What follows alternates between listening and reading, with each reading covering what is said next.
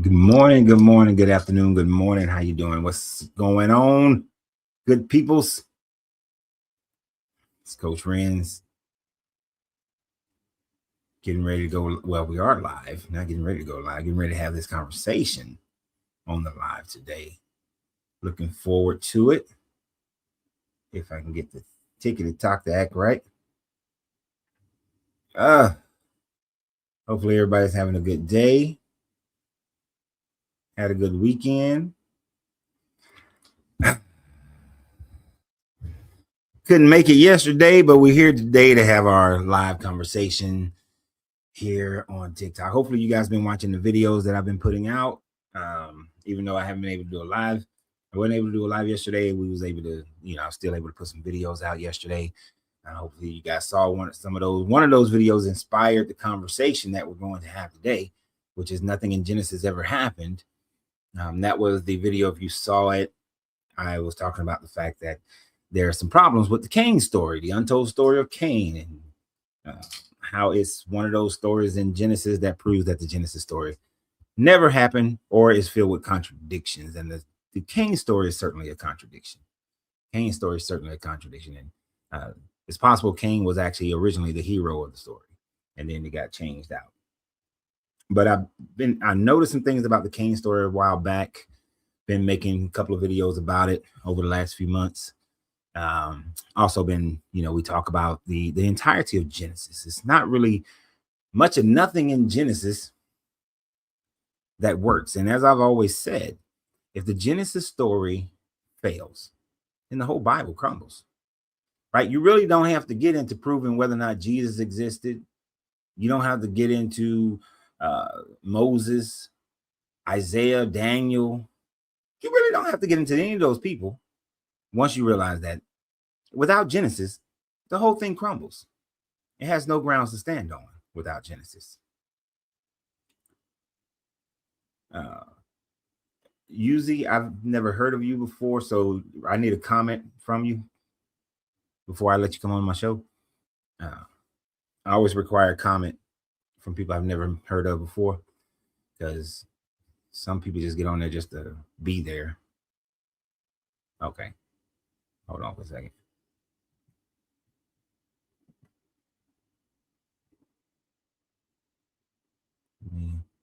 What the hell is that? That's new. All right. So we just go. I guess we're going to start early today. How do I say your name? Yazoo. Yazoo. Okay. Appreciate it. I knew that. I don't know why I didn't think it. Okay. So how you doing? You over 21? I am. I'm about 40 something. Okay. Are you a believer in the Bible? Yes. The Bible has some truths in it, has some falsehoods in it. So you believe that the Bible has some falsehoods. So you believe in the God of the Bible? Indeed, I do believe in Yahweh, yes. Okay, so on what basis do you believe in that God? I invoke him. You invoke him. Yeah. And you do that and God appears to you? You feel in spirit. I mean, that's a personal thing. Can't prove any of that. People of every religion make similar claims. So No, you don't believe that people I don't believe what? That people invoke spirits? I believe that people invoke their own energetic emotions and believe that it's spirits. Yeah. It's the same thing. Yeah, but it's not a spirit. A spirit would be a sentient, separate being. Where you get that definition from? Who told you that? That's what makes most logical sense. Wait, what we're talking about. So your God, is your God the same as you? Yes. Is the angels the same as you? The messages of God, yes. Is the angels the same as you? Yeah, yes. And the devil, so then the devil is the same as you. Satan is, not the devil. Satan, devil. Satan is a made up word too, but Satan is the same as you. No, it's not. I can prove to you. We're going out. Satan is the same as you. We're not going to pivot. Satan is the same as you. Yeah. Okay. I'm being a Satan to you right now. See, that means adversary. You know what I mean? Devil, Exactly. evil incarnate being. We're talking about spirits. We're not talking about titles. I'm talking about spirits. I'm in the spirit of accusing you. I'm in the spirit of doing this. So every spirit is the same. So my spirit and your spirit is the same. Absolutely not. That's why we're not in a sense. All right. Then my point is that spirits are separate conscious beings. If your spirit and my spirit are not the same, then there's a separate consciousness of spirit. Hence my definition of an outside spirit. Stop. No. So my spirit is not separate from me. Your spirit is separate from me, but mine is not. Did you not hear the words? Yeah, you tricking your own self. If your spirit is separate from me, your spirit is not my spirit, right? No doubt about it. Your spirit existed within your own consciousness, right? Absolutely. My spirit existed within my own consciousness, right? Yeah. So my original description of spirits is something, another sentient being outside of your consciousness. That's exactly what I said in the very beginning before we went all around the world right here. Yeah, I think you're not keeping up with what you said. I don't think you're hearing what I'm saying or understanding, because I asked, did you believe in that spirits were separate beings? You asked me if I believe in Yahweh. You said, am I Yahweh? And I said, yes. Everything that you asked about me, I said, yes, I am. You did. Then I start mentioning you. Yeah. But you are clearly something different. Exactly. That's why that was Satan to you. That was my whole plan. Conversation, brother. That was plan. That was my whole plan, was to go through all the other separate spirits. I knew which ones you were going to say yes to, but then I knew you would come back to say no to you and I being different spirits and still having conflict. Because I'm the accuser right now. So, no, and you're still missing the point. You said that I gave you my definition of a spirit. You said, where do you get that definition from? It wasn't about you being an adversary to me right now. I said it's not the definition of spirit. It's not a separate conscious being. That's what I was. It's not. That's not what spirit is. But you and I have two separate spirits. We do. So, but is our spirit conscious? Your spirit is conscious. My spirit is conscious. Yeah. So we have two. So spirit can be defined as two separate conscious beings. That dumb shit that you saying no, it can't be defined as that. That's like saying something stupid as hell. Like hand can be defined as extremities of the arm, and then your little ass say, "Well, hey, I got." Hold on, bro. I haven't called you any names. So if you're gonna result to the low level of name calling, we can end this conversation. Because I don't do that. Okay. You're gonna result to getting back to common sense. That has nothing to do with calling someone names. If you cannot have a conversation without that, then we don't need to talk. For calling you a name, brother. Okay. But when you're talking to somebody and they do get checkmated, it's very difficult for them to deal with that. That's based on your opinion of being checkmated, but you have an opinion of your definition of spirit. You didn't give the actual mathematics of it. I was just getting. the actual mathematics of Satan as opposed to the devil. Would you like to see the actual mathematics? Yes or no? No, because I was just getting started but on. You're continually to be in ignorance. I was just getting started on the conversation. I was just getting started on the definition. We haven't even gotten to the damn topic. We can't even get to the topic. It's not even what I want to talk about today. That's why. Excuse me? I didn't hear you. That's because your definitions are inadequate. They're not by any science or technology. Okay, go ahead. Show me how your belief in God or spirit is backed up by technology. It's not a belief, it's an actual technology. So God, in a sense, is relative direction. The mirror of relative direction is nothing. This is why, in a sense, El Aleph Lamed is God, and Lamed Aleph is nothing. It's very simple. These are Afro-Asiatic prophecies that exist regardless of people. They're universal laws. I just heard a bunch of word salad. It's all good. That's just word salad. You probably couldn't keep up. Bro. No, that's word salad. Your arrogance precedes you. by what scientific method can you prove your God exists? Geometrics. Explain. Yeah. I'm in third grade. Explain. I got you. So relative direction is two Afro-Asiatic hieroglyphs. What is relative direction? So right now you're moving in a relative direction to feed whatever it is telling you to smoke a cigar. That will be your God right now, whatever it is. Whether it's a craving or whatever, I don't know what it is. You have to tell me. But it is a relative direction. And if you were not doing it, it would be nothing. You wouldn't be doing it. That's the opposite, or the geometrics to L versus low. So everything a person does is generated by their God. Relative direction, yes. And that relative direction is their God. Absolutely. There you go. Dude, that is not even in the same level of when we're talking about the God belief of the creator of all things. What motivates a person to do anything whatsoever. So if your definition is just whatever motivates a person to do anything is their God, whatever they relate to, then then that's not in the realm of what I talk about. I mean, because that's more of a philosophical argument. It's not philosophical. I gave you mathematics. There's no mathematics within that. I just told you that the hieroglyph is a two-letter word. It's one letter and two letters. Isn't it? You know, I can't have a conversation with people like that. I'm sorry. This is just stupid. It's just not the type of conversation that we have here. I have a specific title up here. Wanting to get into the title, but somebody just want to use word salad to talk about whatever direction you proceed in is your God. And he is one in the spirit with this guy. That's not the conversation we're talking about. The conversation up here is nothing in Genesis ever happened. So why would you look at that topic and then come on here and talk about your philosophical worldview of the fact that I want to drink some coffee? Whatever drives me to drink this coffee now is my God. And whatever drives me to pull on my cigar is now my God. It's like, seriously?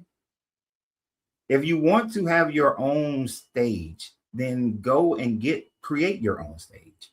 And then the arrogance, I checkmate you. No, you checkmate nothing. You were boring. No love. That's right. That's how you start a cult. How you doing? No love. Drew, are you there? I'm good. Yeah, can you hear me? Yeah. Are you over 21, Drew? I'm 28. Okay. And are you a believer in the Bible? No, I'm an atheist. Okay. So what do you think about today's conversation? Well, I just joined. I was reading through the prompt, and the only reason I really requested up was just because I got a question. Because I don't understand what you mean. Okay. My last part, I know who Josephus is, but I just don't understand what you talk about. Oh shit! It did come out as Josephus. Thank you. My autocorrect got that. That's supposed to be Joseph. Joseph was never second in Egypt. My autocorrect did that. But I'm gonna fix that. So you talk about the Exodus? Yeah, because this is just in Genesis, and you know, at the end of Genesis is with Joseph. Yeah. And he becomes second in command of Egypt. And there's absolutely zero proof of that. Yeah, there's nowhere in the Bible. There's nowhere in Egyptian history where a Semitic person came in and became second in command, and especially in the time frame that Joseph was supposed to have existed, that would have happened. So yeah, that's what that was supposed to mean. Joseph was never second in Egypt. I ain't have enough room to write second in command. But thank you for that correction, though. No, I didn't even. Yeah, I just didn't understand what you meant. I thought you was about to teach me something. That's why I didn't. Nah, you taught me something. You taught me that I made a spell. That this autocorrect, I gotta be more attentive to that thing. So I'm fixing it. I'm recreating the little thing. Did you have anything else? Trying to use it. That was it. I don't think it matters as to why I don't or why I guess I agree, because I'm pretty sure we're gonna have similar reasoning. It's just also a non-believer. No. Why do you not believe? What was the thing that made you walk away from? Were you once a Christian? Yeah, I grew up Southern Baptist, so I was deep in Christian. And what made you leave? I decided to read the Bible for myself all the way through for the first time around. And once I found out it made claims that I could actually go and test by way of like history, research, or science. Right. A lot of that stuff was just like demonstrably false. So like a lot of the stuff that you're talking about, the flood was my biggest one. I went and looked to see if there were other nations said to be living around that time period. Right. You still there? Or anything. These places that we know existed still exist right and like that. I mean, it was just not that a lot of this stuff was false after that point. I'm with you. That was, I mean, those are some of the things that made myself and many other people walk away from it. It's just the actual reading and studying of it, and then studying the history that it claims, that'll make you want to walk away from this book. So I agree 100%. But you know what? I appreciate you coming on, man. I appreciate you finding that mistake for me. I know your microphone. No, I appreciate you having me up. I'm gonna watch a little bit before I go back. All right, appreciate you, man.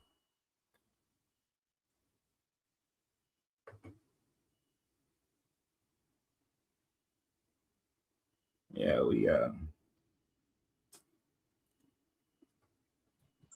I'm trying to get on here. I don't know how to. You on now, Shadow? So we're streaming on Facebook and YouTube here, and TikTok over here. So after Shadow, we got a few people over here on TikTok coming up.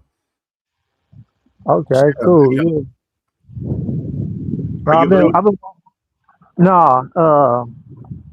I'm not really a person of faith or whatever. Yeah, I just wanted to chat with you because I like your stuff that you do, and I had an actual question. I'm trying to remember what I wanted to ask now. But yeah, I just wanted to chat with you. What you was talking about, John or something? John? No, Joseph. Joseph, yeah. Okay. Well, the subject matter is up on the screen where we're talking about nothing in Genesis ever happened. Two different creation stories. Noah's flood never happened. The Tower of Babel is false. Abraham never existed. And Joseph was never second in command in Egypt. Right. Yeah. I heard what the other dude was saying. He was talking about the dopamine being God and stuff like that. And I was kind of funny. Yeah, he's just some guy who just wanted to get on and pontificate about his philosophical belief. I got a question as far as like the history of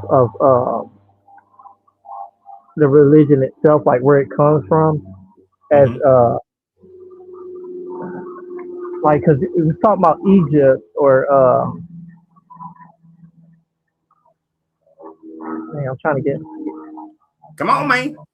Yeah, it's I might have lost the words really, but like, okay, so I know originally there was a story that was like Christ, but or with the God of light. So you got what do you call them people?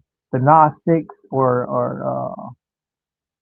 it was like early Christianity, and they broke off because they had the male, the feminine, and the male thing. Well, that would be the Gnostics. Yeah, the Gnostics, and then before that, with the there was an Egyptian god. I think it was taught or taught. It was like he was sometimes depicted as a mummy. He created himself. He was a carpenter god type deal. Uh, Well, as Ra far as created himself. right before Ra. The before Ra is only the Ogdode. Okay. So the Ogdode is it's like an energy force broken up into 16 parts. Now, of course, after Ra, the son of one of Ra's son, which is Osiris, he's the one who, you know, dies and resurrected. Right. That's with the like the third eye type deal. Was Ra the eye or Well, there's Ra's the sun, right. S-U-N, represented by the sun, S-U-N. Osiris is represented by the right eye, and Horus is represented by the left eye. Okay. All right. Okay. So there's an old Egyptian god that was he was supposedly created himself, thought himself into being, but he was supposedly the one that created all the other gods after that, and I think that's where they got Christianity from. Well, not really. Okay. So the Egyptian story, and I did a live on this. It'd be great to go find the live that I did on this one, where I talked about there's literally three or four different origin stories, creation stories in the Egyptian pantheon, whether it was done by Ptah or Ra or the Ogdode, but in all of them they pretty much create themselves, right? And then they create the universe. But the Christian story doesn't really come from a lot of black people black Americans like to say that the Christian story originates out of Egypt. There are certainly elements that you will find in the Egyptian story in the Christian story, but in the same way you'll find elements of the Persian story, the Zoroastrian story. You'll find elements of the Greek stories in Christianity and the Roman stories. So you got elements because these templates were popular at that time. A Messiah who comes in, dies, is resurrected, who does miracles. All these templates were readily available in the Mediterranean world at that time frame. So they were pulling from all these different people, from the Romans, from the Greeks, from the Egyptians, from their previous Canaanite stories, the previous Jewish story. They were pulling from the Jewish story as well. So Christianity is like an amalgamation of the most popular trends of the ancient Mediterranean world at that time frame, but slanted towards the Jewish traditions or the Hebrew traditions. Okay. Yeah. Ptah was that one dude I was talking about. You got his name right. I thought the P was silent or something like that, but yeah. So how did I had a theory that like all of them was like originally like before they got together on the hill and created Christianity, they got together on the hill, created the one before that back when I think it was somewhere in Memphis where a particular guy got popular and people got together. Eventually, different tribes, people get together. The leader of those tribes go up on top of the hill, discuss how they're going to keep everybody civilized. And then that's how they originally come up with the concept of these religions. And they all seem to have a similar story up until between Babylonian and the different cultures, Hinduism and stuff like that, they all like similar. So I'm trying to figure out like what was the original source of all that. You know what I'm saying? Because they all saying the same thing and telling the same story. So I feel like there was a story that was lost at one point. Like one point it was an original story that just got told over and over again and broke off into different pieces and somehow got lost. Well, the oldest story we would have for that region, Understand, every region has their own older stories.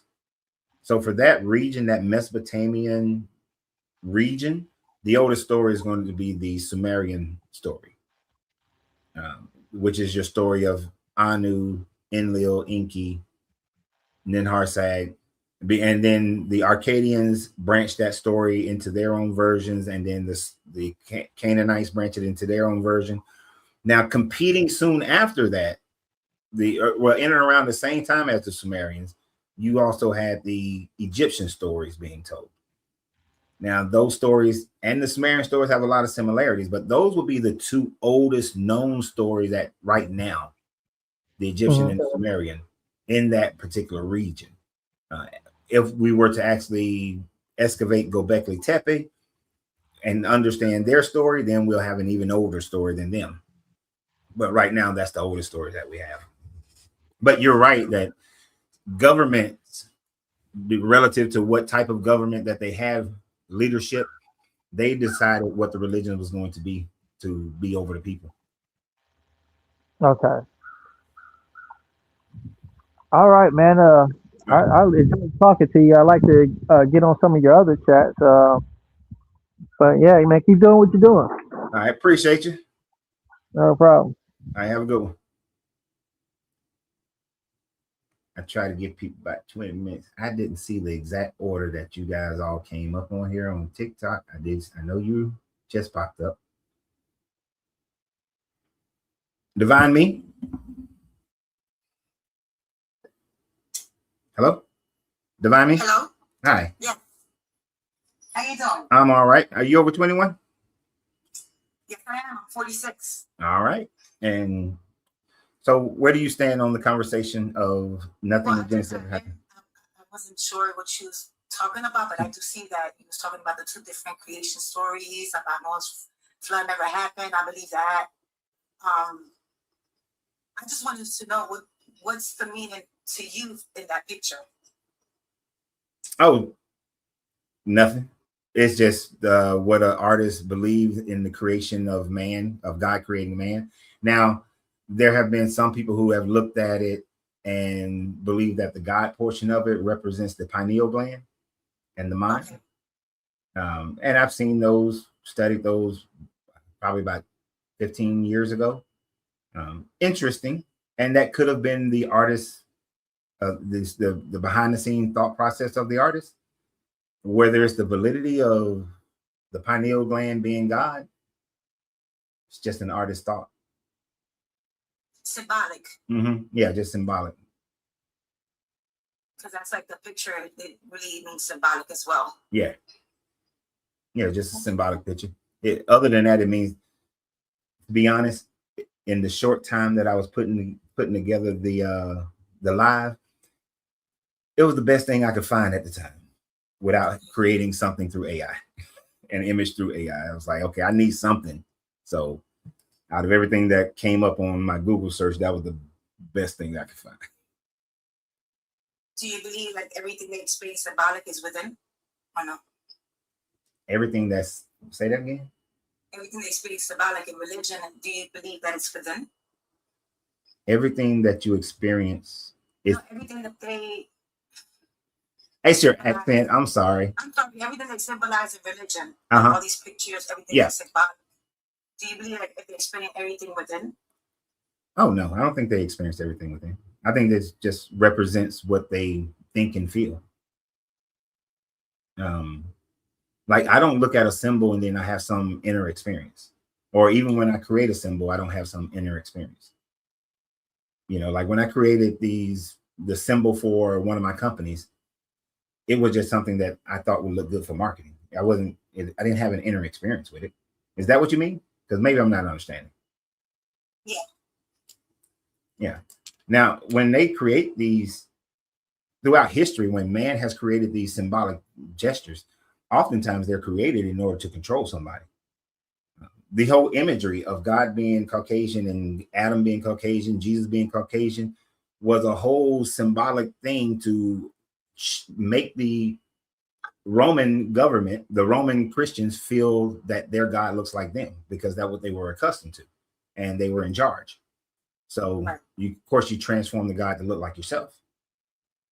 So it's just symbolic of their power. Right. And they want to make sure everybody thinks, okay, yes, my God looks just like me. Yeah. So it does have its propaganda reasons. So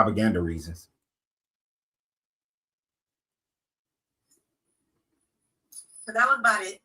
You have a great one. Thank you. You have a great one as well.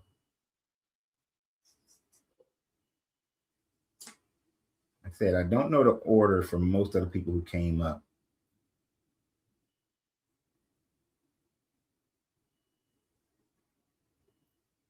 So I'm just pressing as I see them. Yeah. I think this one is coming up. Nope.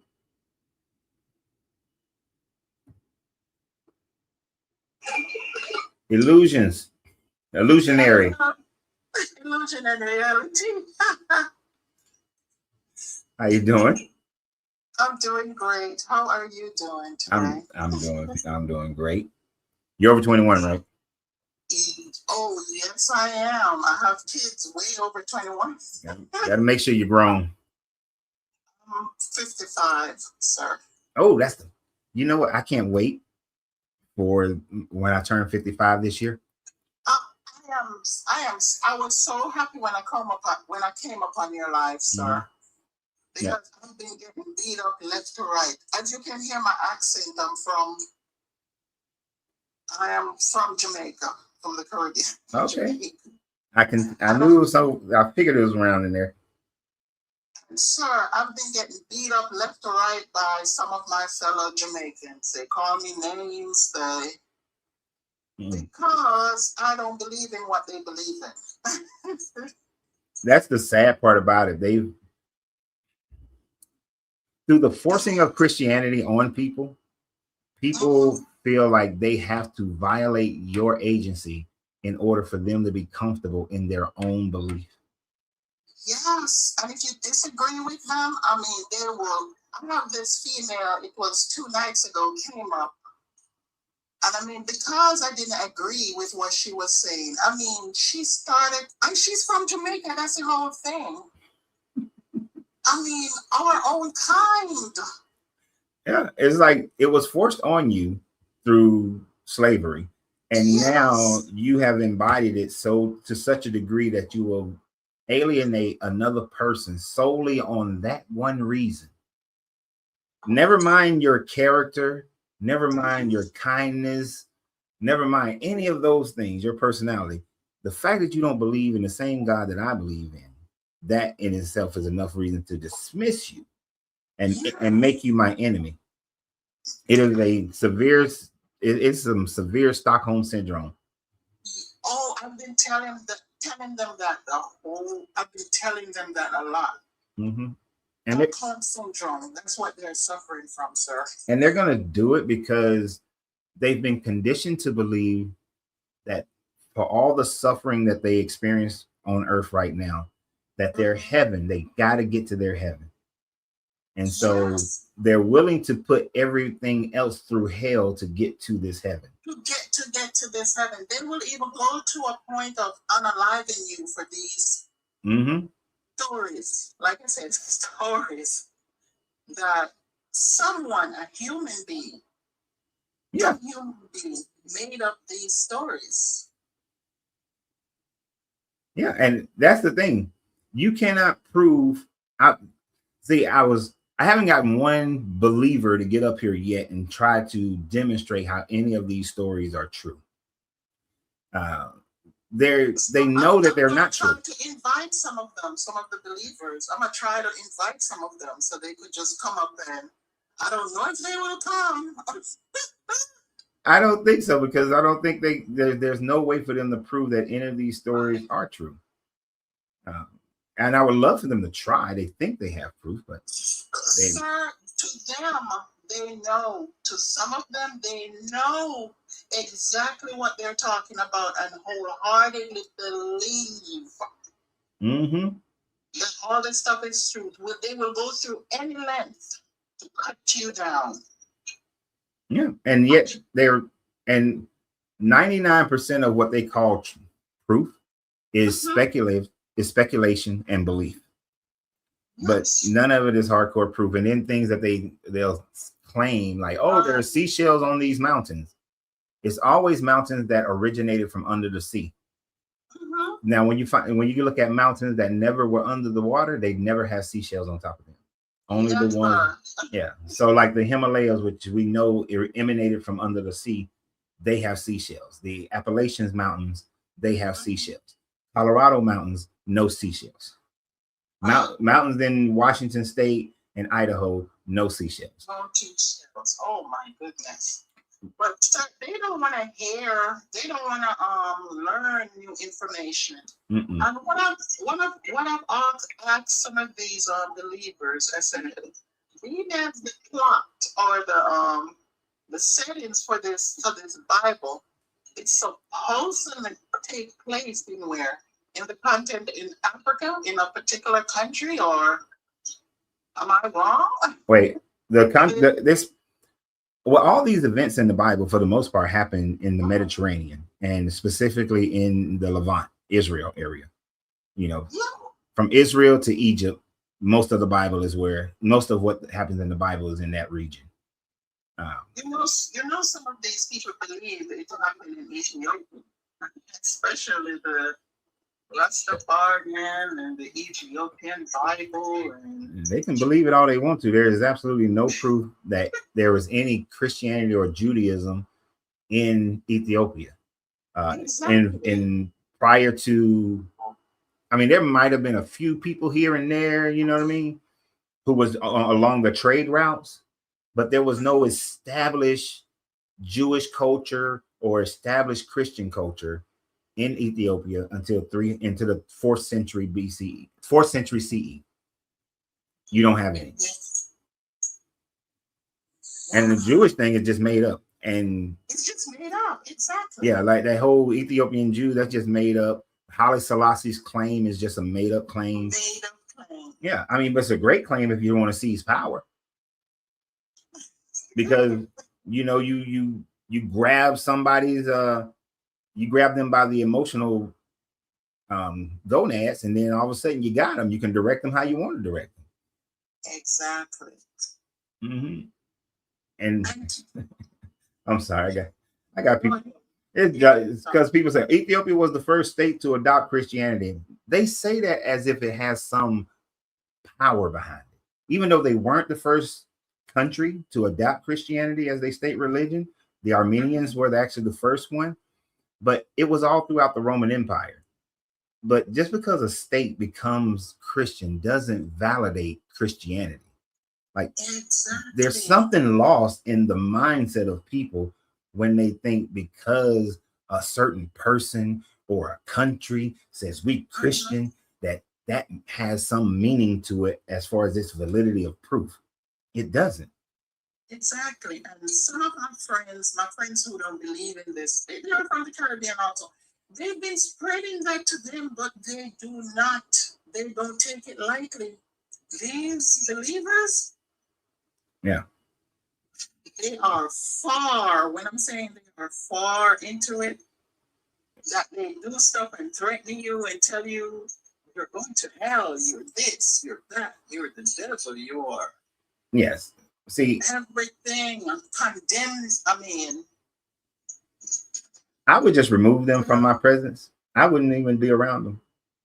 It's not worth it. It's not worth your peace. Exactly. It's not worth your peace to be around people who, if they can only have a relationship with someone if they believe in the same thing they believe in, they're not worth having a relationship with. Exactly. So I just wouldn't do it. I just would remove myself from them. I know Jamaica is a small island, but it ain't that small. There's plenty of room. There's plenty of room. Only Jamaica, there are also other Caribbean countries, you know, and there are people, you know, a few people out there have been telling them, how you believe in all this stuff? One thing that I always ask them, I said, when was the Bible introduced to Black people, especially among, you know, the slaves? Yeah. And you know what? You could probably find a group of people who think like you do in Jamaica. And then y'all, and because the size of Jamaica, y'all could probably gather and have friendships and develop relationship, community. Yeah, we do. We do. Okay. Here. We do. We do. We do have, there's a lot of them. I think there was one that tried to. There's some of them in the comment right now. Okay. Some of them in the comment that believe in that and trying to get our fellow Black people to stop with this nonsense. Yeah. Believing in this nonsense. That's what I'm not really trying to convert everybody, but I'm happy when I do open someone's eyes, to go and study for themselves, researching for themselves, Yes. without just accepting whatever they've been told and taught for their whole life. Exactly. Yeah. But let me get some of these other people up here, because I only do one person at a time. Thank you for having me. I will, continue being your comment, and I followed you. Appreciate that. Illusions and reality. Illusion and reality. Thank you. They mess with me about that all the time. But thanks for having me. Thank you. Bye. Bye. Bye. Oh man. I think it was Davaris and then Vicar. Oh, he's gone. And then I know it was Vicar. Was that Vic? Vic the Vicar. Vic. Vic. Vic. Vic going once. Vic going twice. Vic.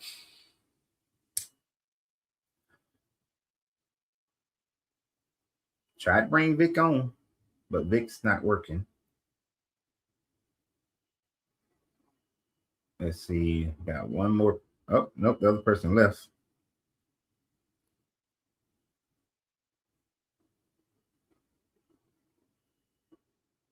I had Vic for a second. Well, I'll wait for him to come back again. There were some comments I saw.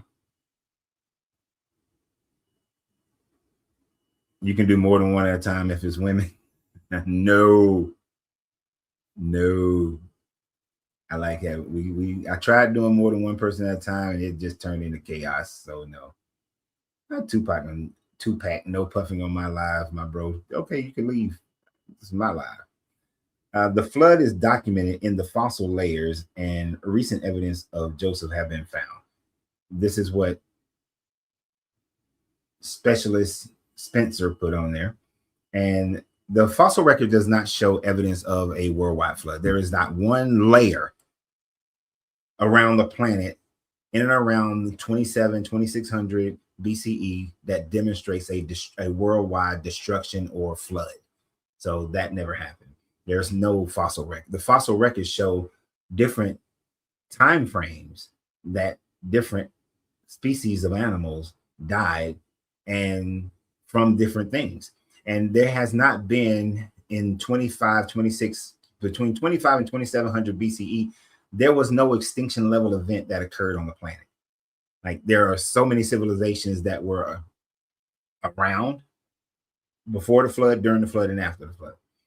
So in order for the fossil record to demonstrate that, it would have to have happened around 2700 BCE, but there is no destruction at that time frame of the population, of the animal species, of the plant life. It didn't happen. We would see dead animal carcasses of multiple species of marine life and land life all over the planet at that same time, and we don't see that. And they will be intermixed with each other as well. And we just don't see that. And as far as I haven't seen anything where Joseph has been proven in Egypt. I've seen the King's List. I've seen many other, well, not the Sumerian King's List, but I've seen so many King's Lists of the Egyptians never is there mentioning of a Joseph, a Semitic person being second in command, and especially at a time frame when Egypt would have been going through this, bringing all these people coming in, all these Semitic people all of a sudden coming in and then growing and becoming this nation within the nation. So no. So there's none of that.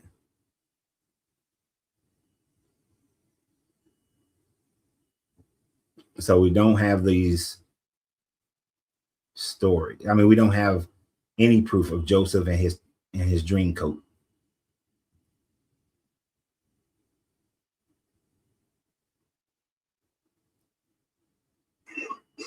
Faith Fueled. What's your name? Faith Fueled. What's up? How you doing? You over 21? All right. And I'm assuming what God do you believe in? You got it on the Bible?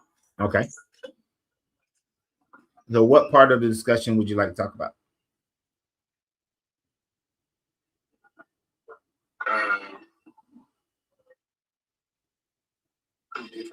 Let me see.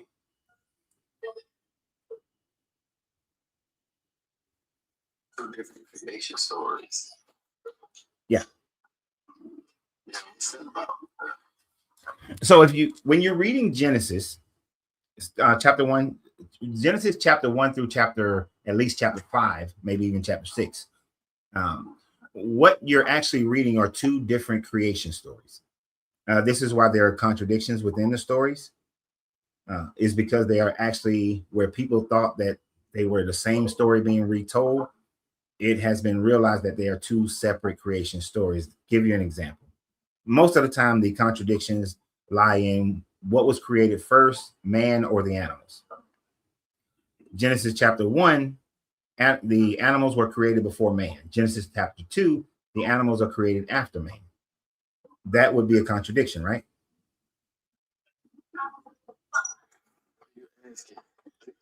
So you said this is chapter 1.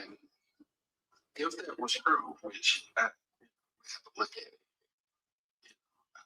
I don't know the full context of. I mean, I know the context of it, but I don't know how you're, looking at it and so forth. So we'll have to look at it together.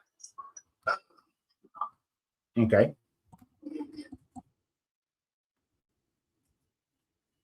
So when you go to I can't pull it up on my phone screen, but in Genesis chapter 1, when we get down to the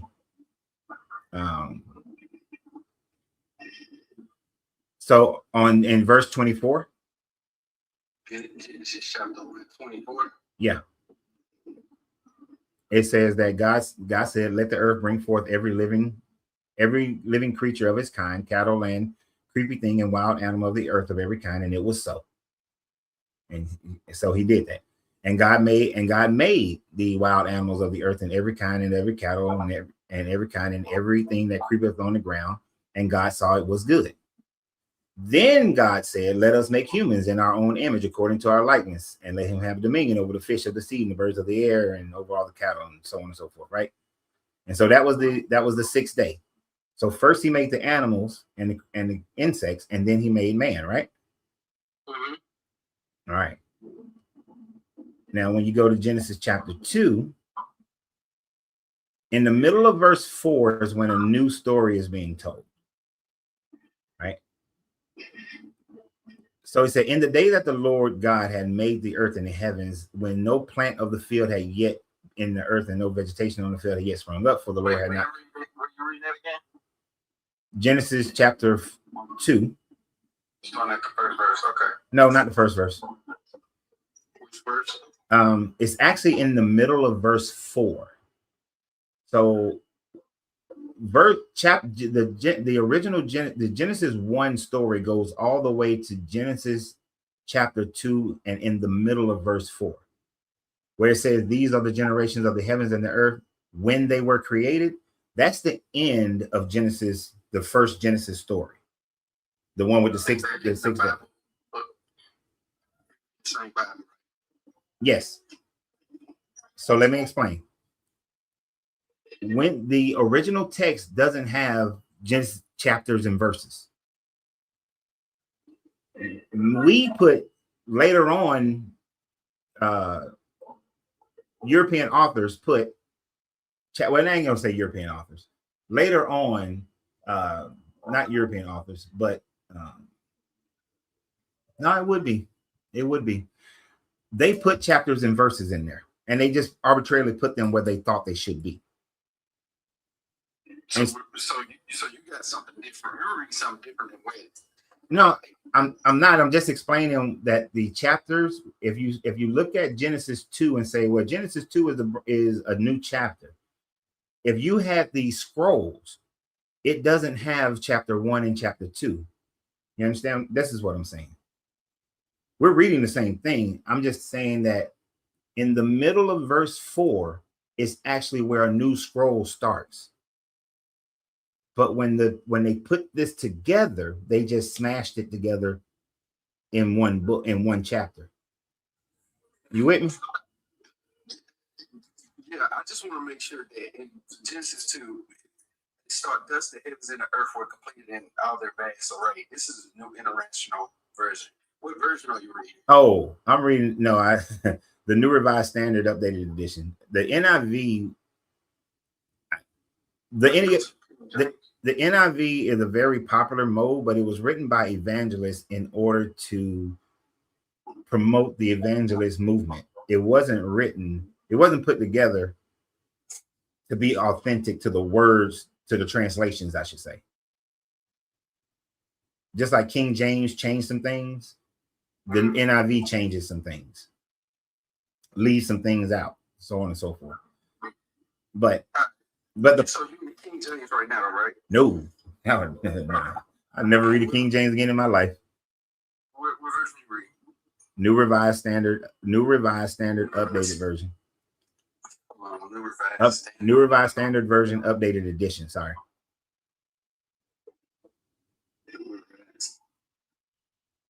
Oh, I see it right here. New Revised Standard Version.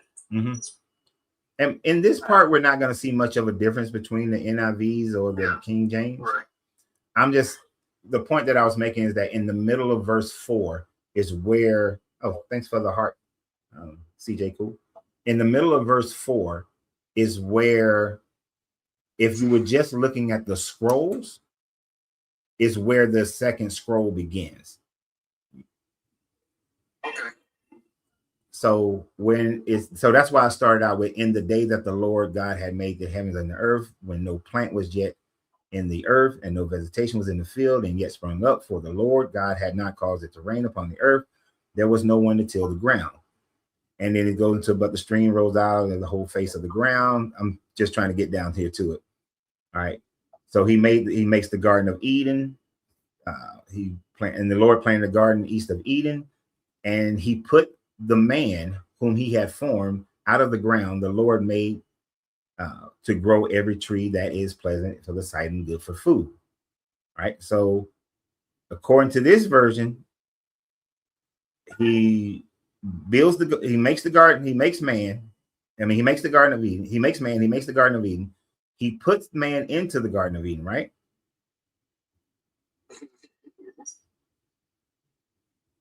And then when we get down to verse 18, then the Lord God said, it is not good for man should be alone. I will make him a helper and his partner. So out of the ground, the Lord formed every animal of the field and every bird of the air and brought them to man to see what he would call them. So the animals and the birds are being created after Adam was created, right? Verse 19? Yeah, verse 8. Yeah, verse 19. No, absolutely not. That's not what that means. Okay, what does it mean? Verse 19, it says, out of the ground the Lord God formed the beasts of the field and every fowl of the air and brought them unto Adam to see. Mm-hmm. The pieces and everything, what you read in Genesis 1, took place in that order. This is where God is bringing those, what he did to Adam. It says right there, and brought them to Adam. He formed them out of the ground. We know that. And then he brought them unto Adam to see what he would call them. And every biblical scholar would disagree with you, other than the apologists, because this is This is them, these animals being created in according to the Genesis 2 story. It says, you go to up to 18, and the Lord God said, it is not good for that the man should be alone, and I will make him and help me for him. Period. That's a period right there. So, and then it says, and it is say then. It didn't say then out of the ground the Lord formed. It said and out of the Lord. So which means that he did that already. And out of the ground the Lord formed every beast of the field. Okay. So brought them to Adam. It doesn't say Now you got and. it doesn't say then. It doesn't say then. It says so out of the ground the Lord formed every animal of the field, every bird of the air, and brought them to the man to see what he would call them. Now, he did bring them to the man to see what he would call them. You said it say man? No, it doesn't say then. No, it don't say then. You just said it says then. No, it don't say and, A-N-D. Oh. Yes, it do. No, not that. King James version says and, which if it said then we can take into account. Then means afterwards. Oh. And means this happened as well. It doesn't mean that this happened afterwards. Then means then this happened after this happened. Then I went to the store. Then I went to the mall. Then I went here. And it's saying and I went to it, which means I did this and this. Not I did this, then this. That does not say that God is forming no beasts right there. It says that he did form the beast and then he brought them to Adam. That's what they're saying. Okay. I'm reading. Okay, so in the New Revised Standard, it doesn't say and God made out of them out the ground. He said so out of the ground, the Lord formed every beast, every animal. That's even better of the explanation. So out of the ground, which means so right. Out of the ground. That's basically someone saying so. It's telling the story. It's telling you what you're reading it as if like, okay, he said this. This is what's happening in this moment. No, you got to exegete the text. Like that first word matters. The periods matters. See, exegete. Do you know what exegeting means? A little bit. Let's look it up.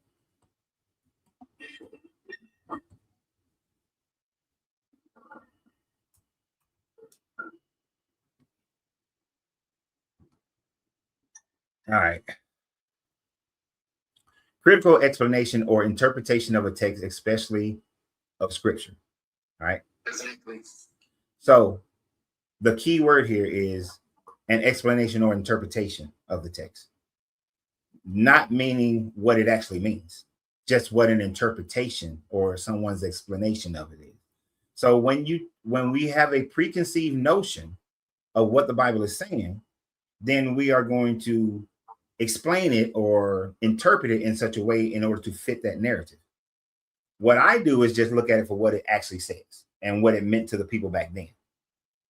It doesn't matter what people have tried to make it into a doctrine. The fact that Genesis 1 and Genesis 2, Genesis 1, and there are many other reasons where you can look at Genesis 1 and Genesis 2, but you can look at Genesis as having two separate creations, right? And this is just one of the things that indicates that it's a separate creation. Now, we can go back and forth about the semantics of the word and so, but based on if this was one creation story singularly by itself, and that's the main point, is that this was a secondary creation, not a similar creation, because in Genesis chapter 1, it talks about man and woman being created at the same time. Genesis 2 has Adam and Eve being created at separate time frames. It has the animals being created at one time, the animals and being a separate one. There are more than just one thing here. There's accumulative facts. So it was Adam and Eve, was man created at the same time as woman, or were they created separately? Were they created at the same time as woman? Mm-hmm.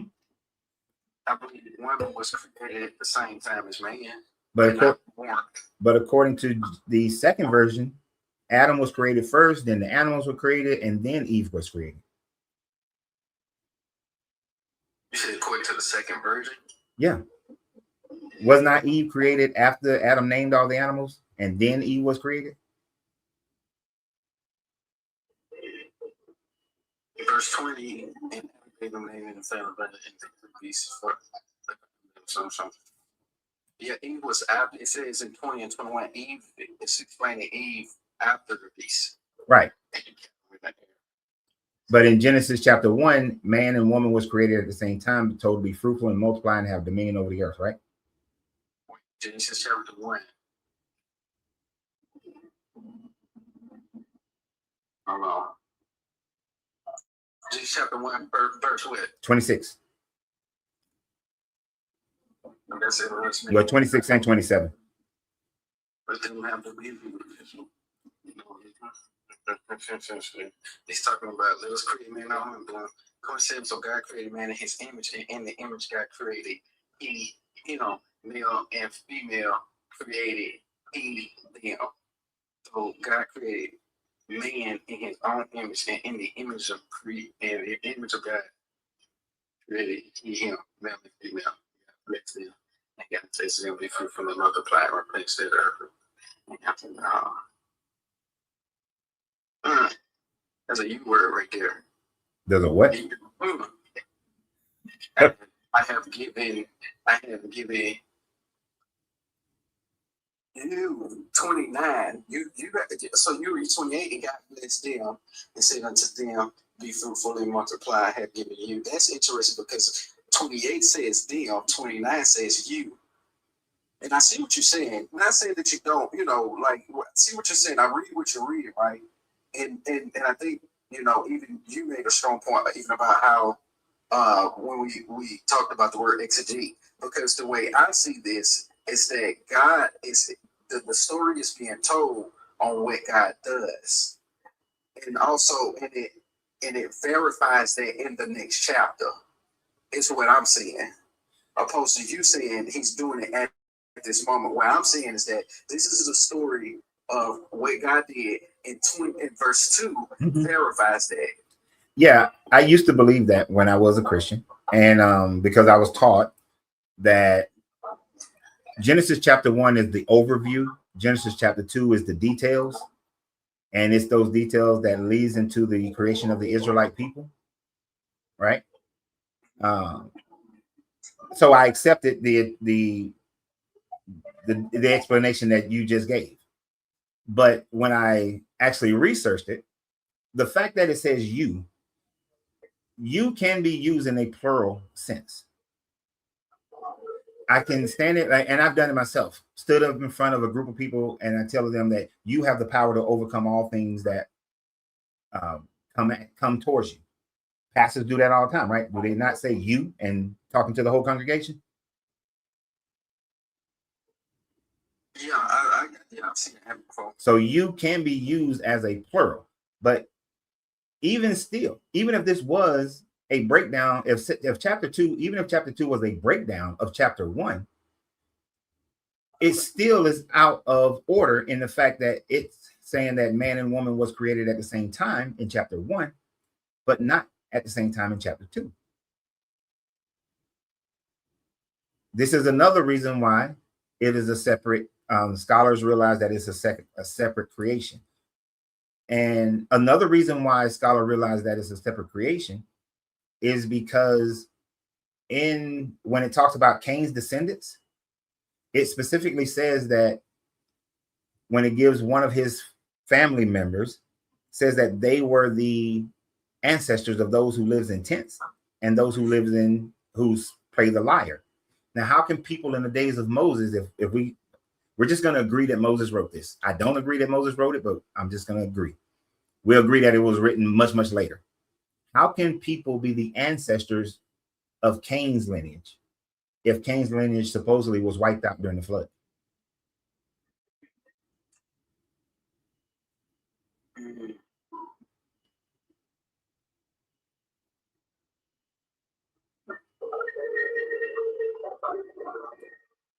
Oh no, I have to read into that. Read into it or just read it? I haven't studied much on. Wait. Notice the choice of words that you just said. Read into it or read it? I have to study it. I'll say that. Okay. Yeah, I have to study it. Yeah, because when you read into things, that's when you're going to force it to be what you need it to be.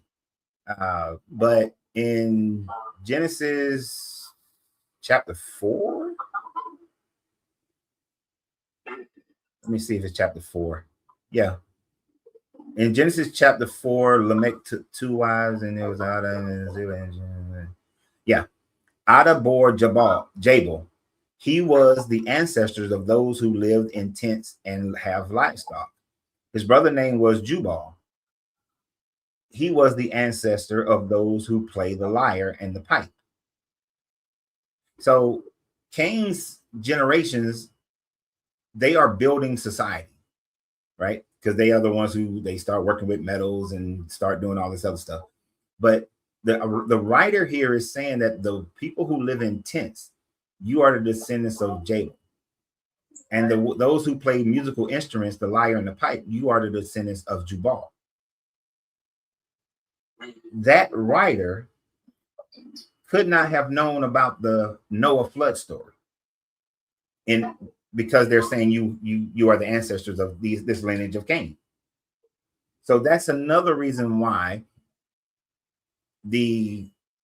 most scholars agree that from halfway through chapter 2, verse 4, all the way to verse 24 in chapter 4, that's a separate creation story.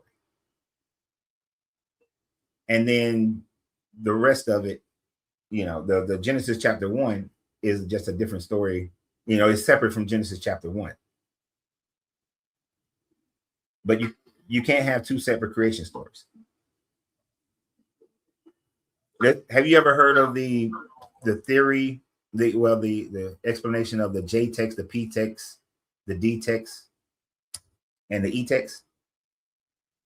These are the different writers of the Torah through different time frames of the development of the Hebrew civilization or the Israelite civilizations. So you have the E text is the Yahwist, the P text is the priesthood, J text is the judges, and D text are the Deuteronomists. And these different kind of cults of writers were writing at different times and wrote based on pretty much their political, religious viewpoint. And this is why you have all the discrepancies in the Bible, especially in the Old Testament. This is why you have a lot of contradictions. And this is why the Genesis story has two creation stories, because one is believed to be written by the Yahwist, the other is being written by the priestlyhood. And then when Josiah and Hezekiah was putting one of the first canons together of the Old Testament, they were bringing in all this information and deciding what parts was going to go where. And of course, the Deuteronomists and others still were editing all of this up until around the 3rd century BCE. And it wasn't closed. The Old Testament wasn't closed in the Jewish tradition until around the 2nd century CE. So this is why I'm saying Genesis has two different. This is why most scholars say that Genesis has two different creation stories within it, whereas most people thought it was just contradictions by the same authors.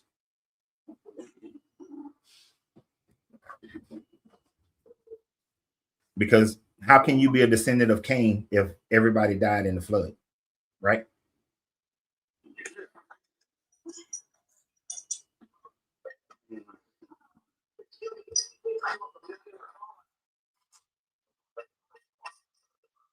That don't make sense, right?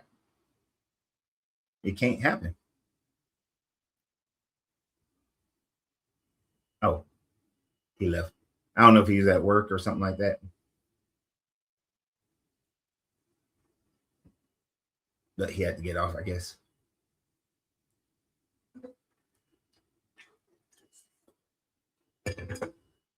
But I appreciate, I don't know if he's still there. I don't know if he's still listening, but I appreciate you being on. That was a civil conversation. Me and the young man, we just had a conversation. I like that. Not somebody coming on with all the arrogance as the first caller. Yes, he got on my nerves, but it's all right.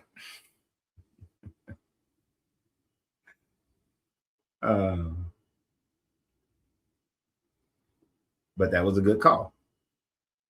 We just went through some things just to break it down.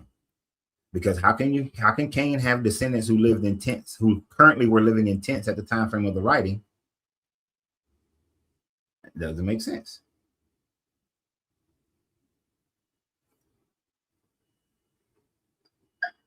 S3. Good afternoon. Good afternoon. What's your name? Oh, my name is Q. Q?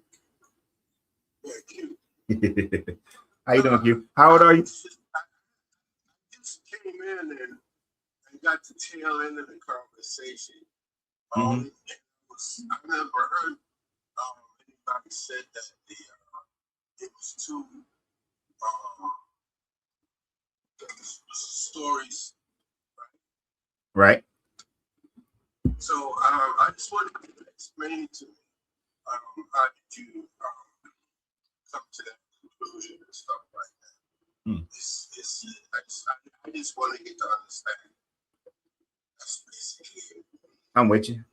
So when scholars began to look deeply at Genesis, chapter 1 through chapter 4, what they came to realize is that there are two different authorships that are going on.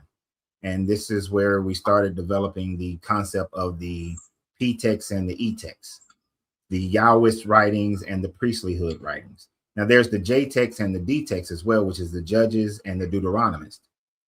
But when it comes to Genesis, the creation stories, it was primarily the Yahwist and the priestlyhood that was writing this story. And of course, they're writing this, if you take it as, now some believers, of course, think that Moses wrote everything, but the evidence that Moses could not have written it all, because he would then have been contradicting himself within his own story. In Genesis chapter 1, we see that the order of creation and the order of creation in Genesis chapter 2 are separate, are different rather. They contradict each other. The animals are created before Adam in chapter 1. In chapter 2, the animals are created after Adam. The man and woman are created at the same time in chapter 1, created at a different time in chapter 2. And let me finish this part. In chapter 4, it talks about the descendants of the people who were alive at that time frame were descendants of Cain, which that would mean that they had no idea of a flood story. And you can't have descendants of Cain. That's like a simplified version of explaining it. So what is your belief? So I take it you believe this is the Bible or scriptures? No. You don't. Okay. So basically, you're bringing up the contradictions in the scriptures. Yeah, these are some of the things that help me to walk away from the Bible and Christianity in itself. Okay, so what is your belief? I don't believe anything. Okay, you don't have no spiritual belief. I don't have any religious belief. I believe in the spirit of people, of the humanity of man. That we are self-determinate. We have our own agency. We are self-realizing. There is no God outside of us. If you want to use a God term, there is only the God and the devil inside of every person. And we decide which one we want to be. And as far as any afterlife, there is no afterlife as far as can be proven. Very interesting. Mm-hmm.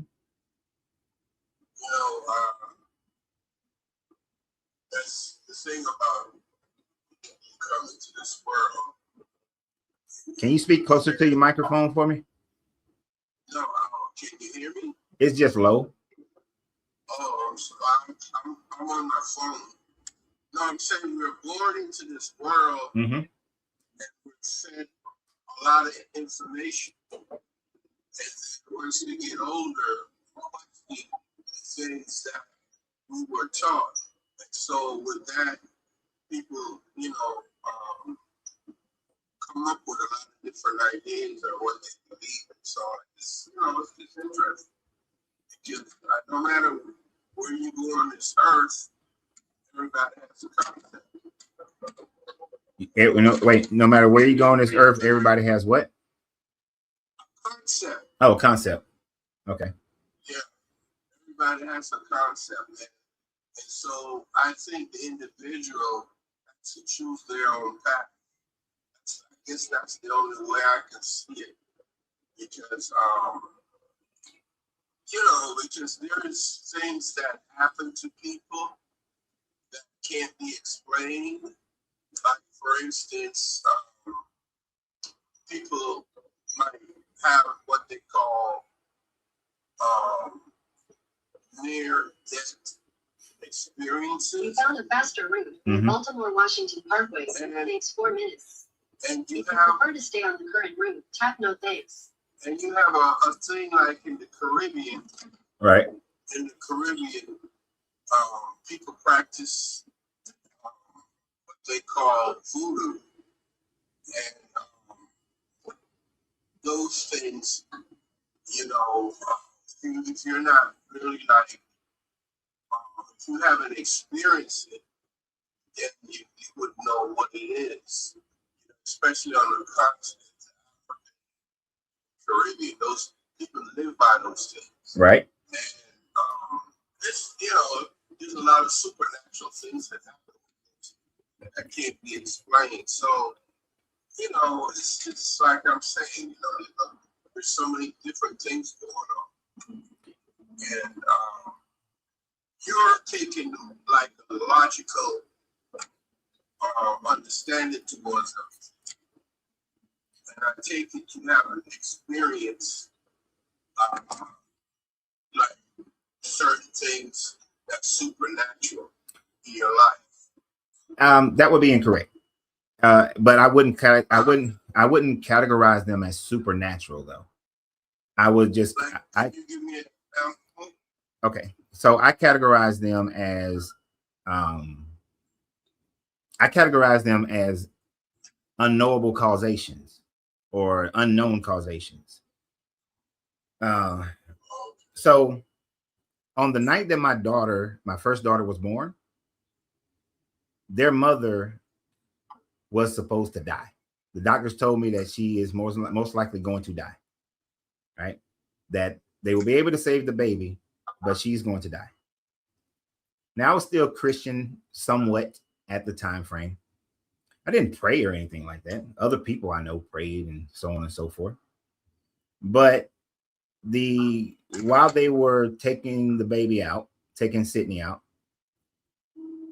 her blood pressure just went down because she had toxemia. And so her blood pressure was like super, super high. So at that time frame in my life, yeah, I thought that was a supernatural thing that God, came in there and did some stuff, right? But what I found out later is that the Indian doctor who operated on her, that he gave her some experimental medicine. It was approved in Germany, and that's where all of this was happening. But it was experimental in the United States, but it was approved in Germany. He gave her that medicine, her blood pressure came down, right? I thought it was supernatural, but it wasn't. It was the fact that he tried something that was relatively new.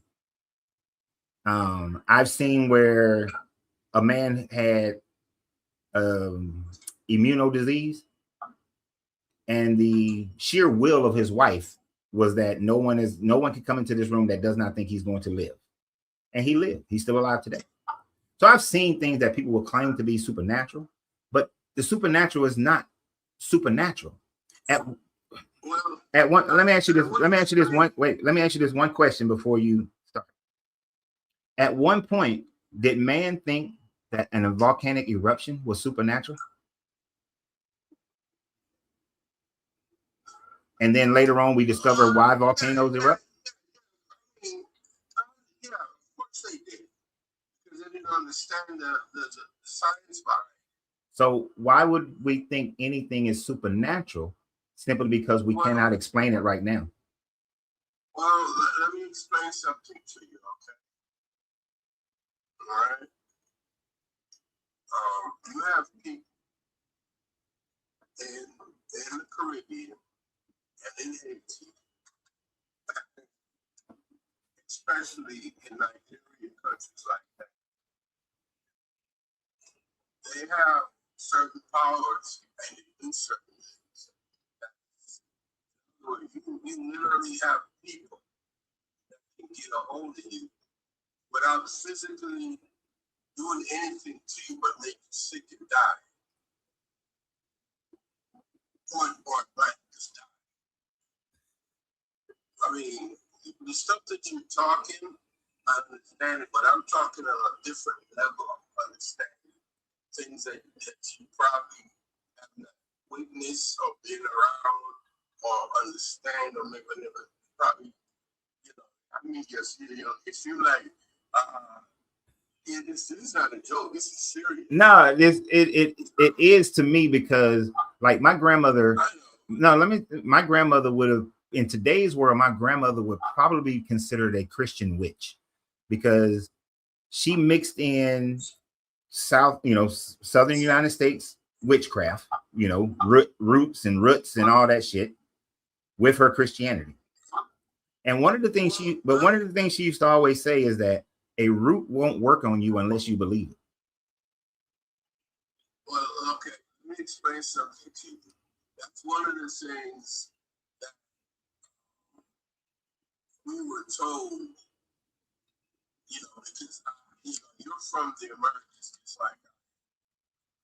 And the things that our ancestors used to do, we were told, we consider it like we were told witchcraft and stuff like that. But that's not what it is. This is what the Europeans fed to us. What I'm saying, and this is a fact. But the things that I'm talking about is, I take it you never seen a spirit before.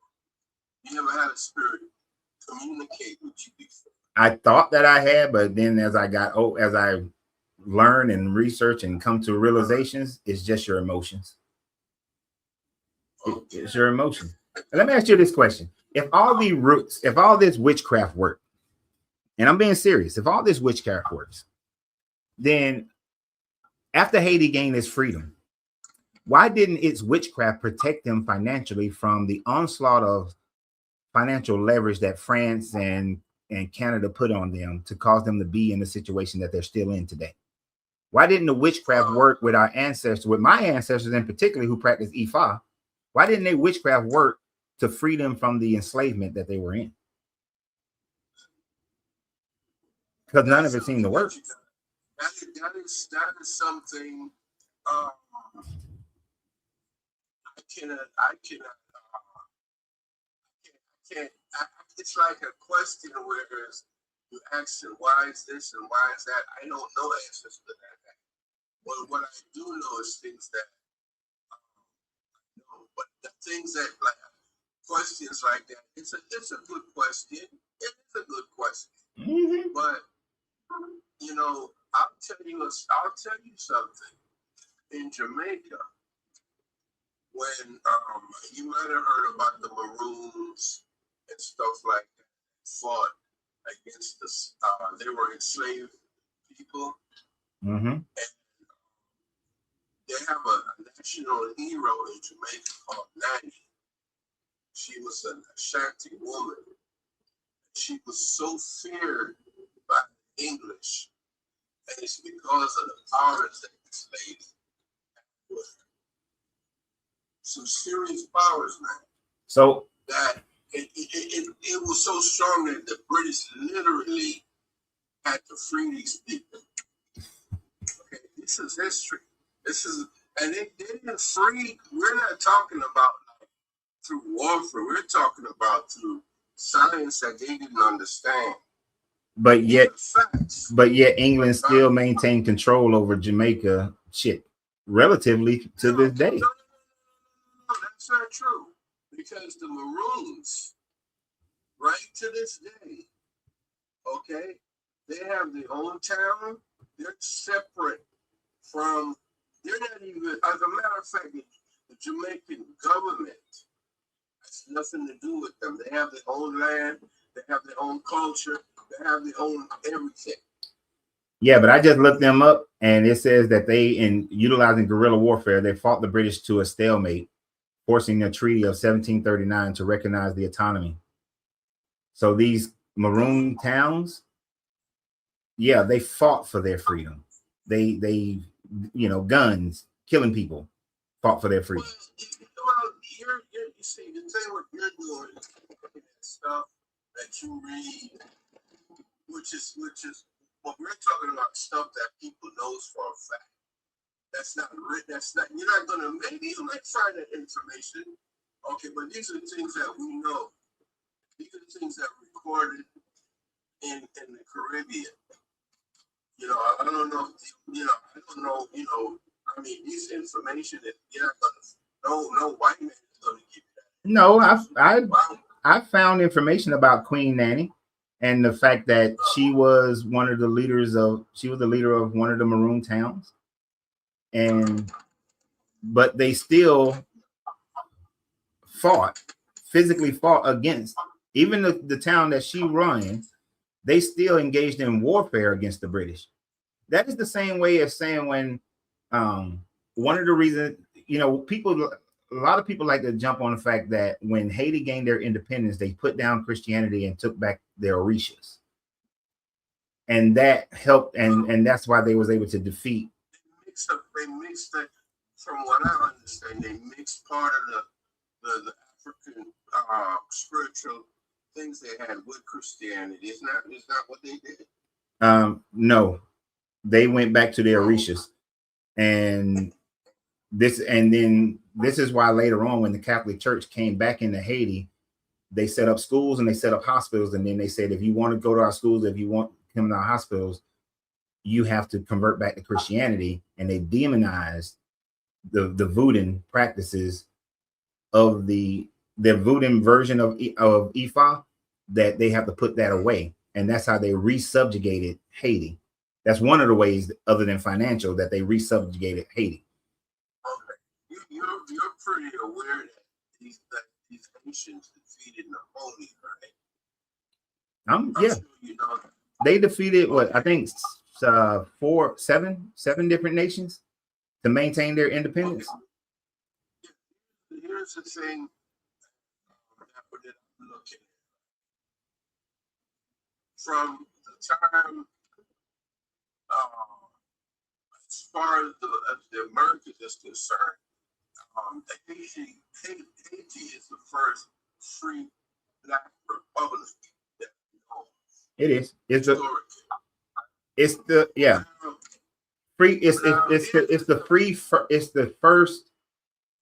first free nation from slavery. Yeah. So my question is, from the time those people in Haiti until now, why do you think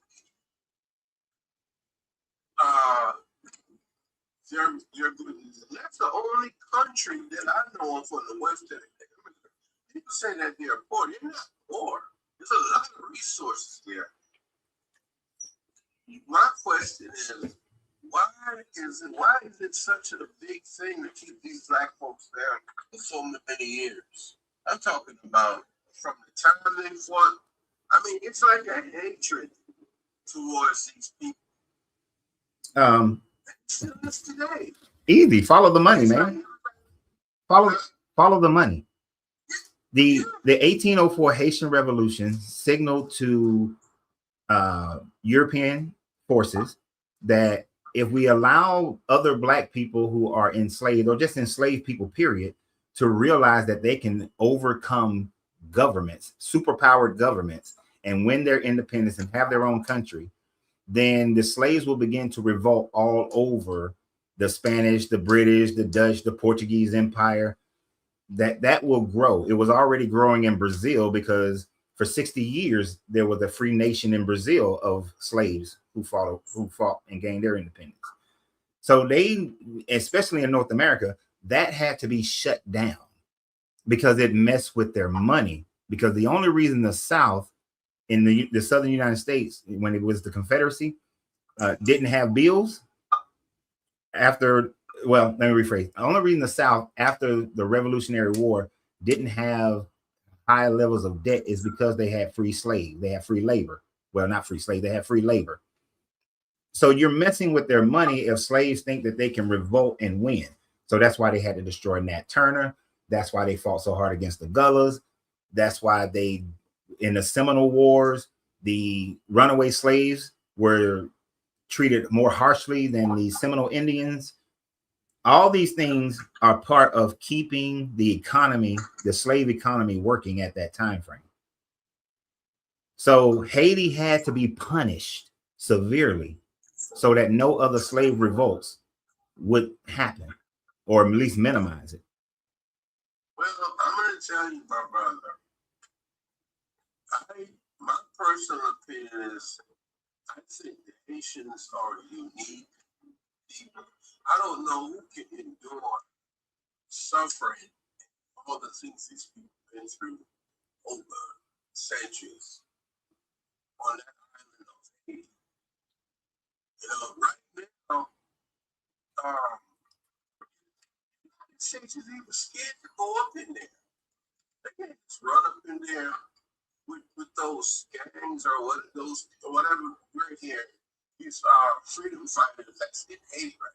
They can send people in there. They might bomb the place, yeah. But physically, and these guys just running around with AKs and you know, these people are some fighters.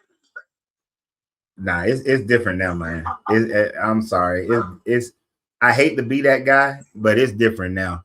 If the United States government, and I know I'm biased as a Marine. As a Marine, I'm biased, okay? But if they sent the Marines, if they told the Marine Corps, go take Haiti, Haiti get taken. Warfare today is vastly different than warfare in the 1800s.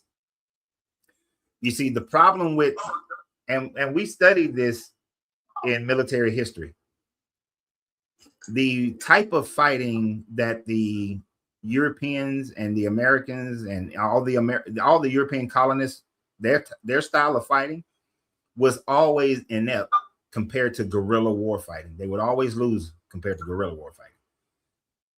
So this is why, like the French and Indian War and other wars like that, where they had to face guerrilla tactics. See, I didn't see. They didn't change the situation in what's that country over in the Middle East? What, Afghanistan? Yeah, they was absolutely fighting those people. Literally give up on that Because of the yeah, terrain. not comparable, not comparable. Different terrains. Vietnam taught the American military how to fight guerrilla warfare in the jungles.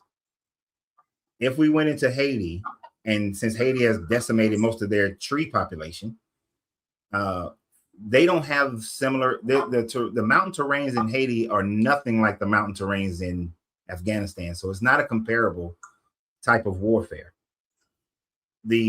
So if you were to go into Haiti with the same force, it will be a completely different outcome because the terrain is just not there. That they don't have that terrain to be able to effectively fight guerrilla warfare like they did in North Korea or Vietnam. It's just not there. The jungle is not there in the same sense, and the mountain terrain is not there in the same sense. So it's a completely different fight. Yeah, but even back, nah, we whooped their ass, bro. I was there. We whooped that ass. We whooped that. They thought that we were gonna be fighting for months and years. We went in there and whooped that ass in a matter of days. That wasn't even a fight. No, I was there. for that. I was there. Me and my brother was there for that. Because Iraq is different. It's mostly flat. That once we figured out, the only issue we had when we first got there is that our helicopters filters couldn't work in the desert. So we fixed that in like a week. And then after that was fixed, we whooped that ass. It wasn't even a fight. It wasn't a fair fight at all. I like to see you guys go to China. That's different. I really like No, that's different. That mountain range, the mountains. See, that's the thing that people, unless you study military history or you've been in the military and combat military, because most military people will never see combat. The mountain terrain in China is a hell no. That would be a slugfest. This is why China has really, only the Japanese have been able to occupy China. No other country, outside country, has been able to occupy China. And the fact that the Japanese were able to accomplish it is freaking amazing that they were able to do it.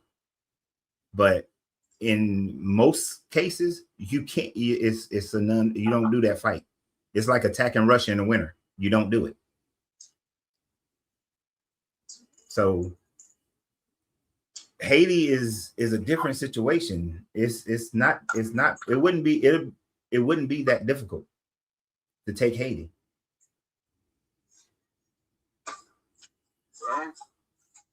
This is why your boy, I ain't saying he your boy because I don't know your political leanings, but they talk shit. They talk right now. They talking trash about going into Colombia, but you really don't want to go into Colombia.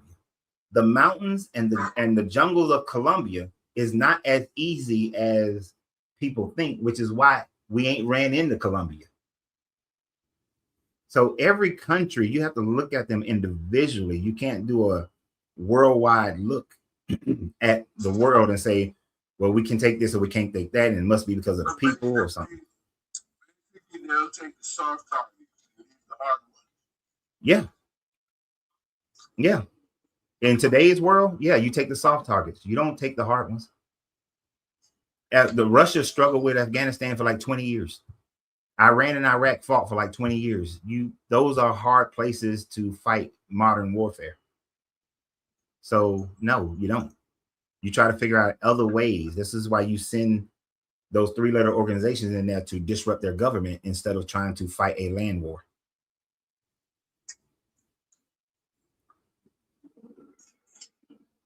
It's just like America. America's too vast for a country to come and take it. You would need the whole world fighting against America to take America, because just the sheer size of this country makes it difficult to take. Yeah, but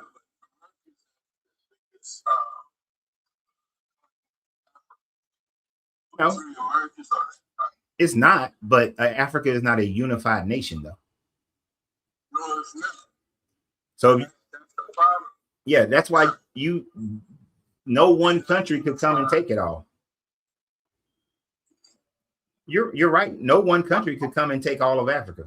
It's too damn big. It's way too big. It's kind of like how the banks were too big to fail. Remember that bullshit? Taking one country, if one country tried to take all of Africa, it would fail. You would be spread, your resources and your people would be spread way too thin to take it. But as far as China is concerned, they have a lot of military. Yeah. Over soldiers or whatever. Yeah. You can take the coast. You can take coastal China, but as soon as you start hitting those mountains, your shit's gonna stop. It's gonna stop. Yeah. And they're too modernized. So yeah, but we're getting way off subject. We now went way off subject. So and don't get me wrong, I do love talking about world events and military. So So I'm not, I'm fine with the conversation, but I don't want to go too far into it. That information you're talking about is very interesting. Yeah. Because Are you eating? Are you smacking?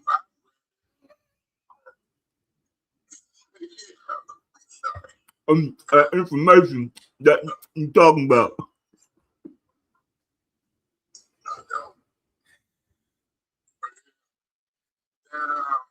Scriptures, but it's a lot of stuff with that book.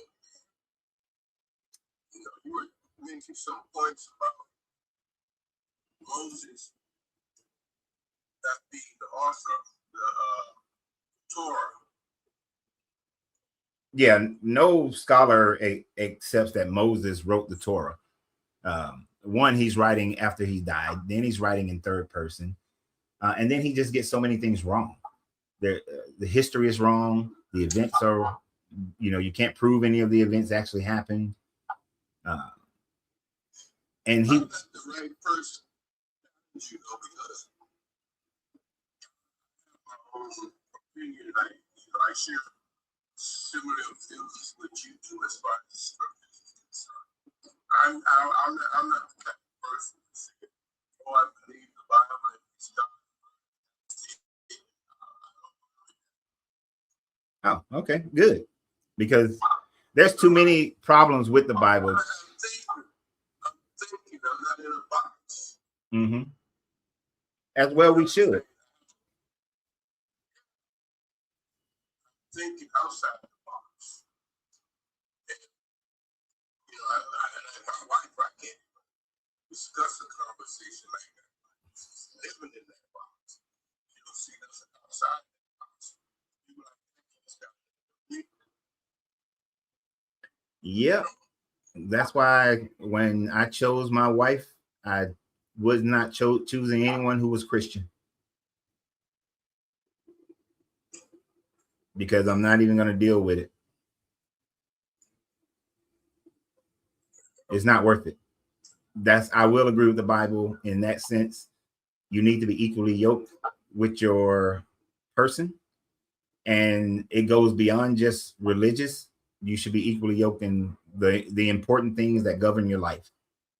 And religion is one of those things. I'm not telling you to get a divorce or nothing like that. So don't take it that way. If y'all can make it work, then make it work. But if you're starting out there looking, I wouldn't even deal with it. But let me see if there's this other person who's still waiting. Let me see if they want to come on. But I appreciate you. Go on, eat your lunch, man. Eat your lunch. All right, Q.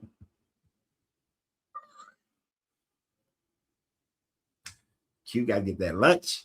I don't blame you. Got to get that lunch in, man. Got to get that lunch in. Let's see if Group Home is still here.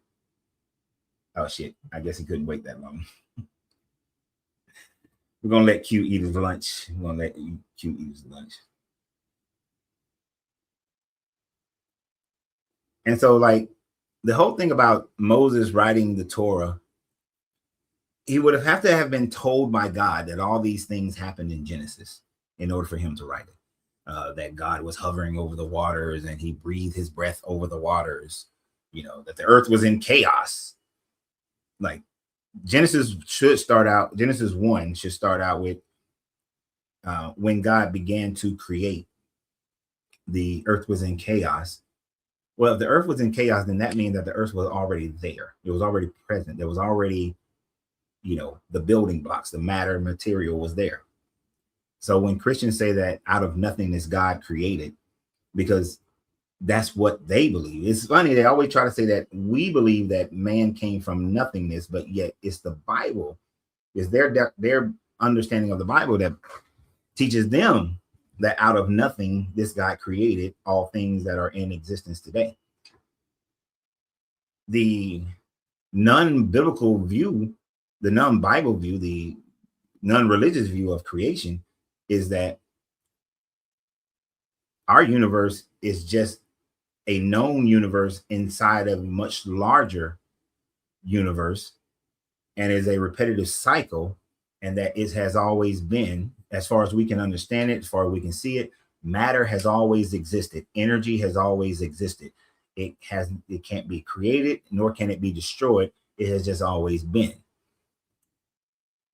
We will never know, most likely in our lifetime. Well, you know what? Me and my wife were just talking last night about how we are just, the world knowledge is just changing, and we're learning so much more, maybe in my lifetime, because I plan to live to be 150. But we may at one point be able to see outside of our known universe and even go beyond that. But I don't think we'll be able to see any beginning point for a universe within itself, like the universe. Hence, it's always been. But because we know we can't, energy and matter cannot be created. It cannot be destroyed. It just transmutes from one form to the next form to the next form. Then logically, the universe is eternal. It's always been. Always will be. It just continuously changed.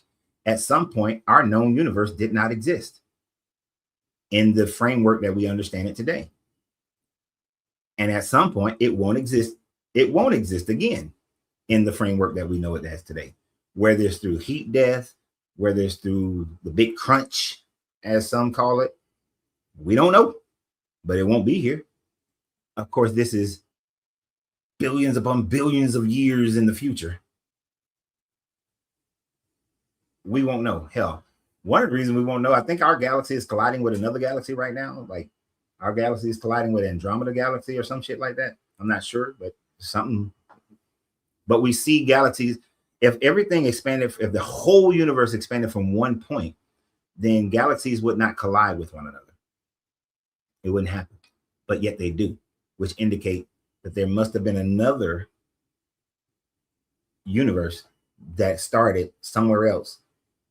It's kind of like throwing a whole bunch of like if you threw 10 pebbles in the water, at some point the waves will interact with each other.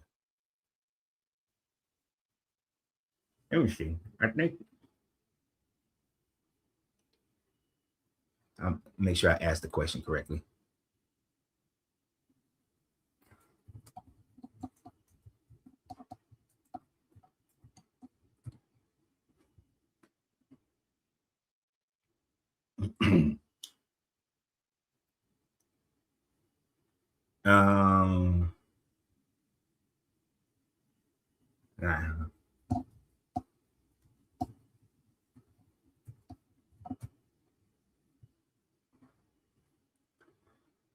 Galaxies, yes, galaxies frequently collide and merge, a process that is fundamental to their evolution and growth of the universe.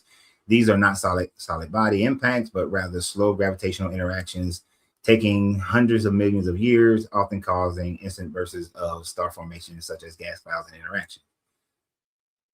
Upcoming collision. The Milky Way and Andromeda galaxy are on a collision course, expecting to begin merging in about 3 to 5 billion years.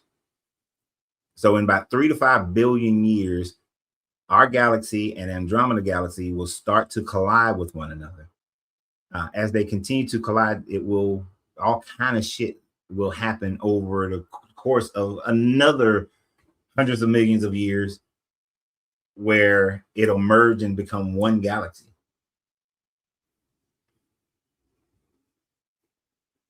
If that would demonstrate that the Andromeda galaxy is not from the creation of our known universe, because otherwise they wouldn't be colliding.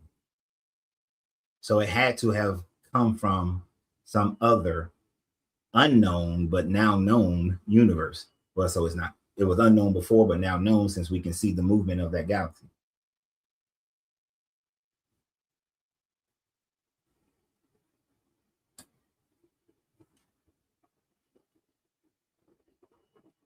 Now that just disrupts the whole Genesis story. A lot of Christians like to say that God made the universe perfect for us and everything he made was good. Well, how is it perfect for us if in 3 to 5 billion years, was it billion or 100 million? 3 to 5 billion years, our galaxy will begin to merge with the Andromeda galaxy. That's not perfect for our continued living. Oh, but wait, Jesus is coming back and it'll all be over anyway, right? But he's supposed to make a new heaven and a new earth on earth. So unless it's going to exist on some other dimensional plane, if it exists on the same matter plane that we exist on today, then in 3 to 5 billion years, that new earth is going to be colliding with a whole new galaxy.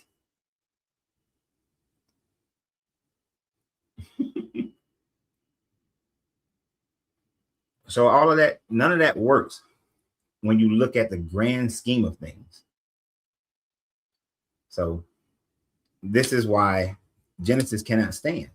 And I say it over and over again. Genesis falls apart, the rest of the Bible falls apart.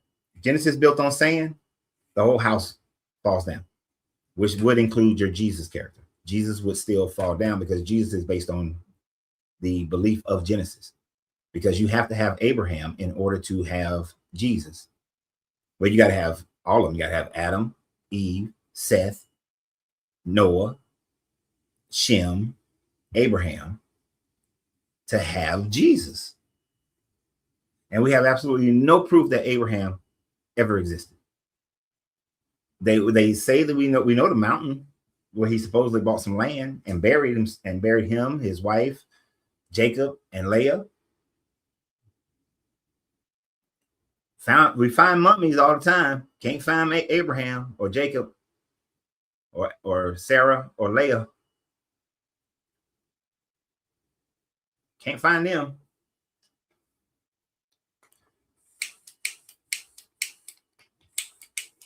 Come on, dang. Abraham supposedly went to Egypt, and the Pharaoh took Sarah,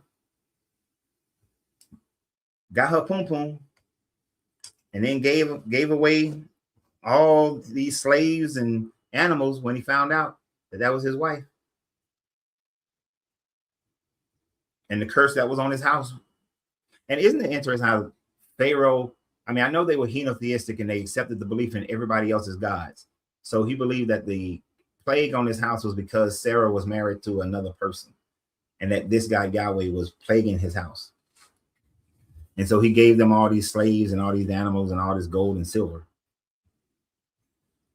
You will not find that anywhere within the Egyptian history of some dude from Ur came in and that shit happened. And then he went back and settled in the Canaanite lands. Doesn't happen. Nowhere in Amalek's history do you find the same situation happening as well. You don't have it.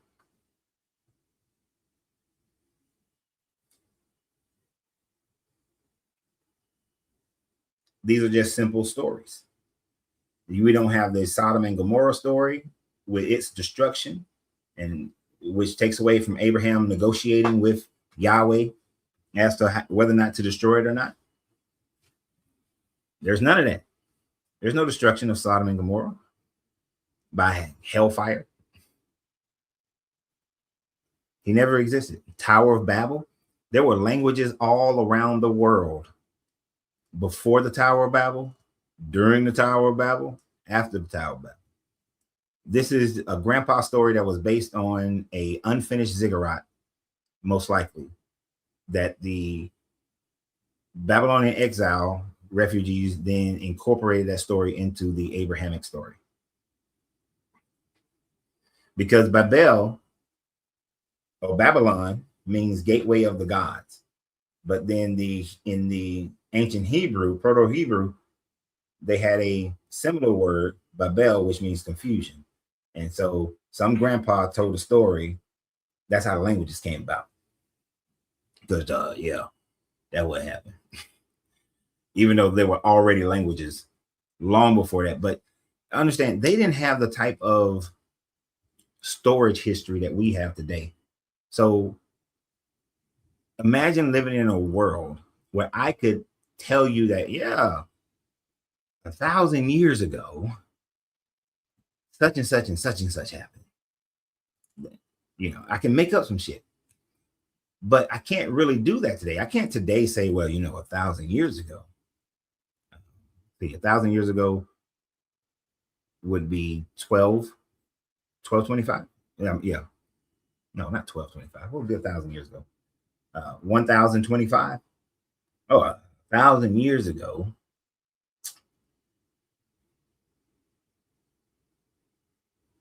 You know, there was a man walking around the Americas, and he brought all the native tribes together. And for 100 years, they lived in peace. But then a great war broke out, and they all started speaking different languages. And that's how all the different Indian tribes came about. We know today that you can't tell that story and it be true, because we know that prior to 1,000 years ago, there were already different tribes within the Americas. But back then, they could somewhat get away with bullshit like that.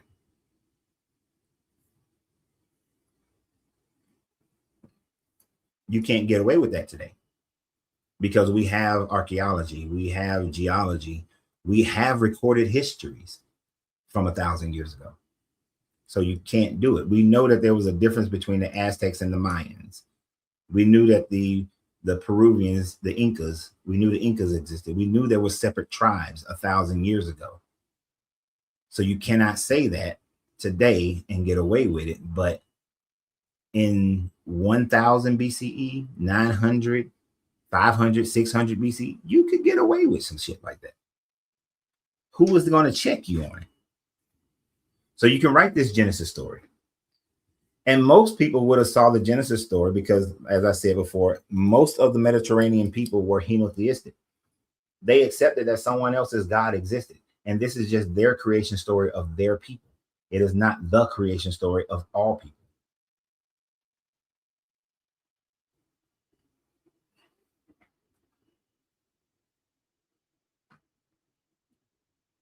Exactly. Noah's Ark is scripture and historical. They have even said that they might have found it in Turkey. No, they haven't. That has been disproven to just be a natural rock formation in Turkey. That is not Noah's Ark. Now, what the Turkish government did was realize that, hey, this is a great tourist trap. So we're going to stop all archaeological digs in the mountains of Ararat so that we can make that tourist money. They are doing the same thing with Taran Tepe and Göbekli Tepe. They've only excavated 5% of Göbekli Tepe, and then they stopped because it's tourists. They have a place in Turkey where they say was Abraham's, well, it was Abraham's house, I think. And they were like, oh, yeah, that's it. And so that tourist money, they will not allow excavations of those places to happen because of tourist money. So they have not found Noah's Ark. Ron Wyatt has been proven to be a fraud over and over and over again. And that is where they get this whole Noah's Ark. But it's a tourist trap. That's it. All right. And I mean, the government of Turkey pretty much says it, that it's a tourist trap. It pretty much is telling you that it is. At first, they wanted it to be right. But then every geologist and archaeologist went to the mountains of Ararat and was like, nope, this is not a boat. This was not petrified wood. This is not Noah's Ark. As they kept doing that, the Turkish government then said, shut this shit down. They're messing up our tourism. But if you listen to Ron Wyatt, I have to question your intellectual honesty, because the nurse, who was never an archaeologist, Ron Wyatt, has made so many claims that have all been debunked. and yet people still have a desire to believe it, and so they believe it. Yep. Mecca is a huge tourist trap, and they got me. They got my tourist money in Mecca. I told them I was on my Hajj, so I can go in there. And they run around this rock 7 times, throwing other rocks at the rock. It's a tourist trap. Then you go get you some street food, get you some other material, some other, you buy some other stuff. If you go, I do recommend people go to Jerusalem, especially if you're deconstructing, because you'll see a lot of stuff and you'll be like, oh, this ain't right and that ain't right. It does help to validate your thought process when you go to Jerusalem. But everything in Jerusalem that is supposed to identify Jesus is a tourist trap. Whether you are going to the Protestant version of the tombs, which is an Iron Age tomb, so Jesus wouldn't have been in there, or if you go to on Mount Calvary where they built a church over everything, all that shit's a tourist trap.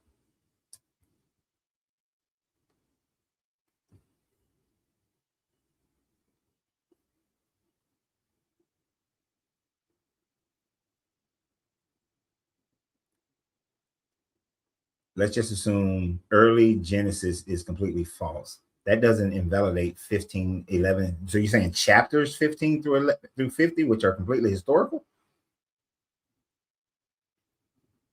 I don't, off the top of my head, I don't know what those chapters start with.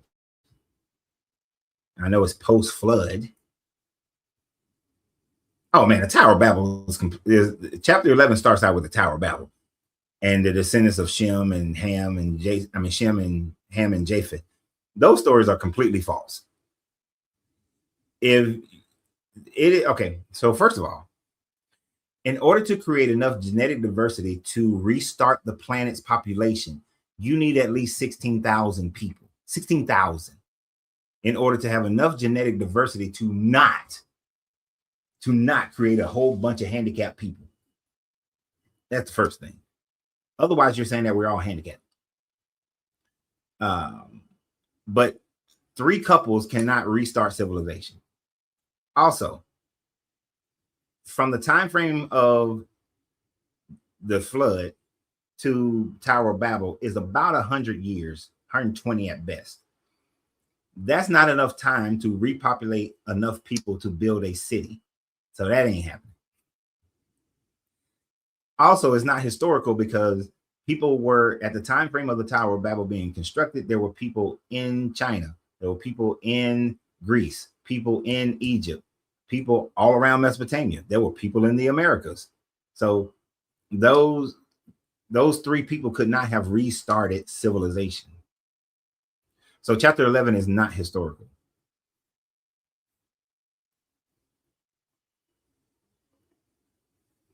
Not even slightly.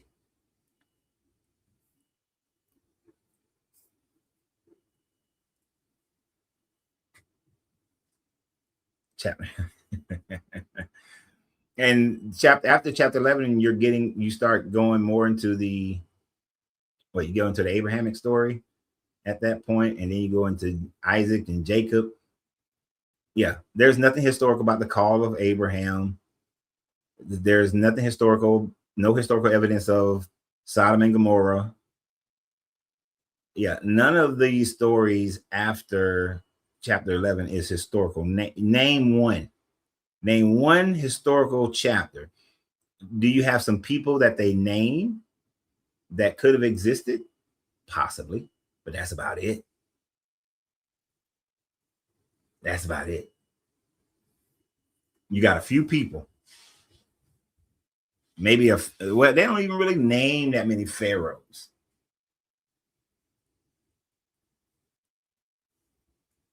I don't even think.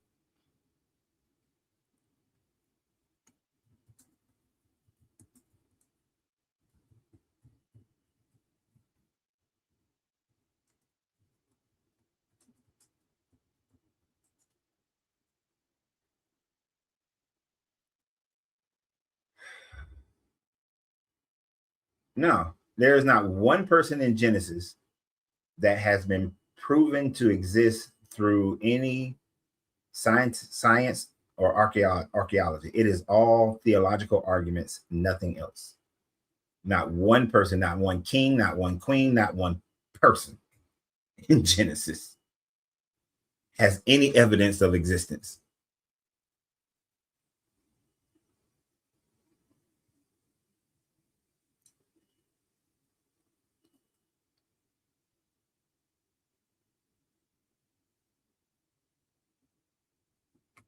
And this is an interesting thing that Jim puts up. A Syrian inscription in the 8th century BCE describing the deity confounding speech, Sumerian text, 2100 BCE details the Tower of Babel project.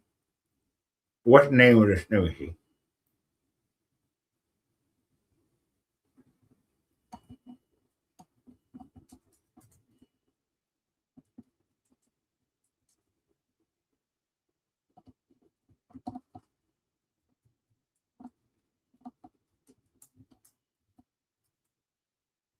Let's see here.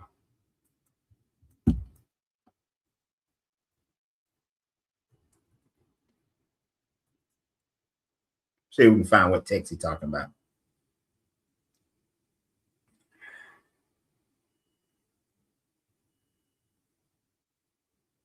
This is mentioning the text such as the Erudu, Genesis, or the Emerkar. I can't say that right. The Lord of Atticus described a time when humanity spoke one language until the god Enki and other gods changed their speech and causing content of scattering them. So you're talking about a text that's older than the biblical text, which is okay. So this is one thing that always trips me out. People try to validate the Bible based on other people writing a similar story, but yet those people wrote their story before the biblical story was ever written. And then people want to claim that this proves the biblical story, instead of realizing that it just demonstrates how the biblical story is most likely a copy of a previously known story. You cannot put the biblical story in front of something that's written older than the biblical story. The Assyrians, talking about Enki and Enlil, which would be from the Sumerian text, the Sumerians were around thousands of years before there ever was an Israelite, before Abraham ever was, before Noah ever was, before Adam ever was. The Sumerians are, so therefore their version of the story being told before the Israelite version is ever being told just demonstrates how the Israelite version is utilizing the Sumerian version as their own template for their own stories.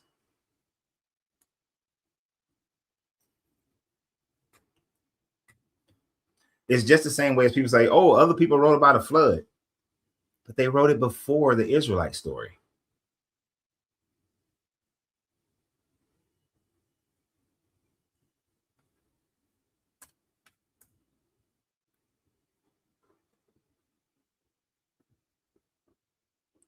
So if we find a story that's written by the ancient American tribe about the confusion of language, or an ancient African tribe about the confusion of languages, and it was written without contact, then what that also would demonstrate is that what's called mind share, that people come up with the same bullshit. Just like everybody got a mountain god who had mountains. Everybody has an ocean god who has oceans. Everybody has a lake god that has lakes. River gods that got rivers. You're going to come up with some of the same stuff.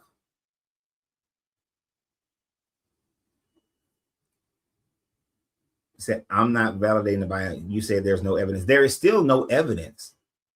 Even with the Sumerian, the Assyrians writing that the Sumerians said that Enki and other gods confused the language, them writing it doesn't provide evidence of it happening. There's a difference between evidence and theology, belief.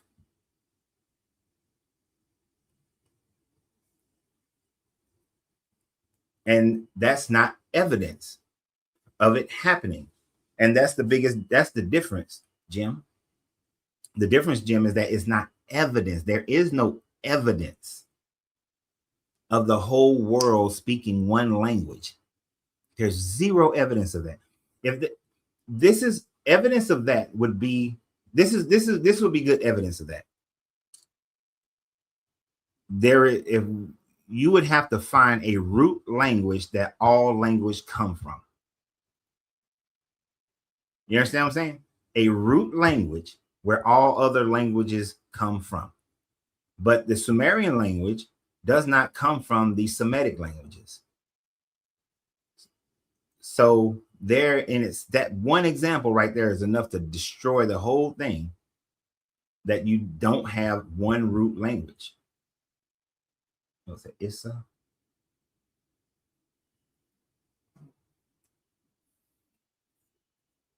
Issa. Issa. Issa? You there? Issa. Issa. I can hear you breathing. Issa. Okay, I guess Issa don't want to talk.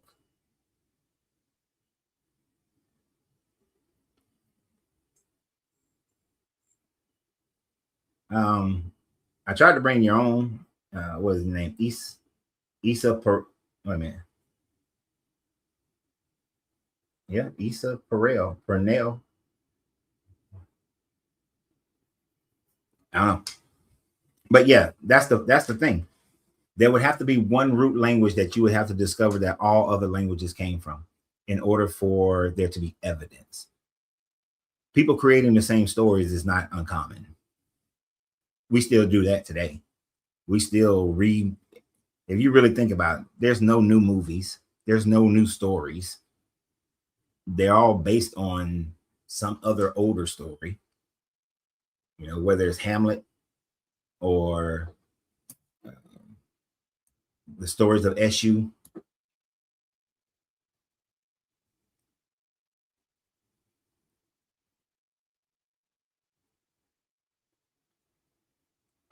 So we're not, but now if you found that, if somehow linguistic archaeology were to discover a common language root for every language, you'd have something. But here's the thing. I guarantee if that language root was discovered, no, that's not going to work. I was going to say that it would have to be a language root would have to be something that comes out of, since Homo sapiens come out of Africa, that it would come out of Central Africa as a language root. But the problem with that is that Neanderthals are not from the same branch as Homo sapiens. Well, they're from the same branch, but they are divergent of a common ancestor. So the Neanderthals would have had their own language, just as Homo erectus would have had their own, because I think they come from a different branch as well. They branched off as well. So they would all have their own different languages. And then the people of the Americas and so on and so forth, because there was the hominids. As of right now, during Pangea, there were no hominids, no distinctive hominids that we can point to. So these hominids developed into their own branches, completely separate from each other, developed their own separate cultures, would have developed their own separate languages. And so there would never be a one language root for any of the hominids.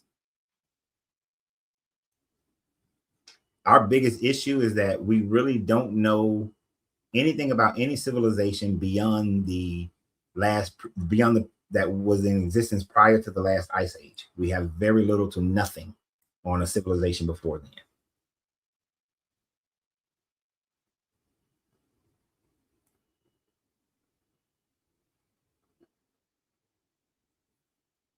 So we don't have nothing.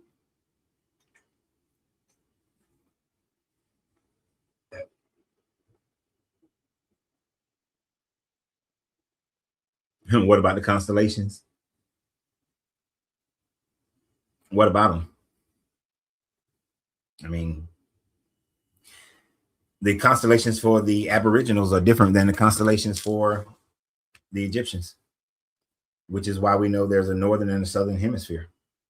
The movement of the sun is different on the northern hemisphere and the southern hemisphere. Movement of the constellations are the same or different. It's one of the reasons why. And I am not getting into a flat earth debate, because the flat earth that's a dumbass debate to get into. Although biblical readers should believe in a flat earth. If you believe in the Bible, you should believe in a flat earth.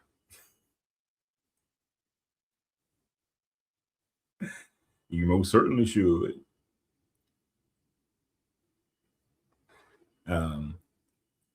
One of the things that the Egyptians discovered, I was reading this thing. I didn't read deep into it, so I can't quote everything about it. But supposedly there was an Egyptian fleet that went around Africa. And one of the issues that they had was the fact that once they went past the equator, they noticed the sun moved differently, the constellations moved differently. And so when they returned, they were like, oh yeah, no, this shit ain't flat.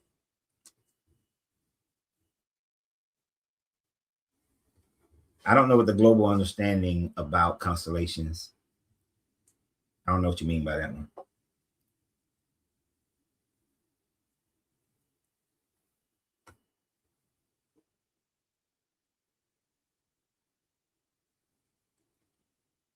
And here's the one thing about constellations. They're not always the same. What we look at and how we view constellations today is really more of a Greco-Roman Egyptian version of constellations. And I put the Egyptians in there as well, because some of their constellations are the same, but then some of their constellations are different. So what the Greco-Romans called the Canis Major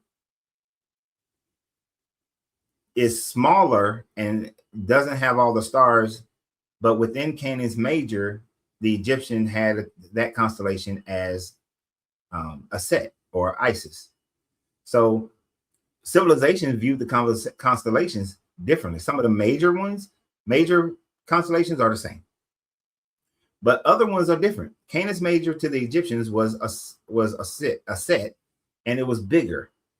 The Sirius was the womb of Isis, and they viewed it as what they call Orion the Hunter. That was Asar or Osiris, and the belt of Asar points to the womb of Isis, which on December 25th birthed the son Heru or Horus.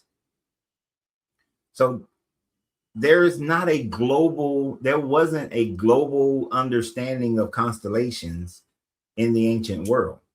They had different ideas of the constellations because you can draw out however you wanted to, or what you saw, your perspective.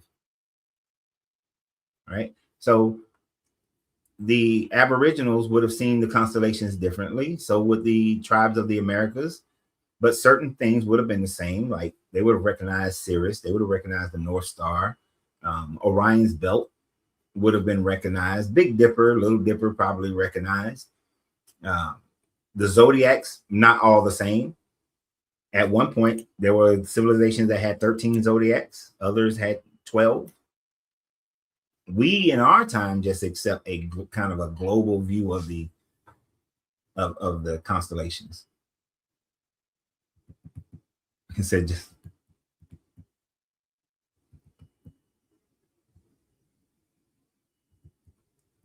Yep, we got the word hours from the term Horus, from the name Horus.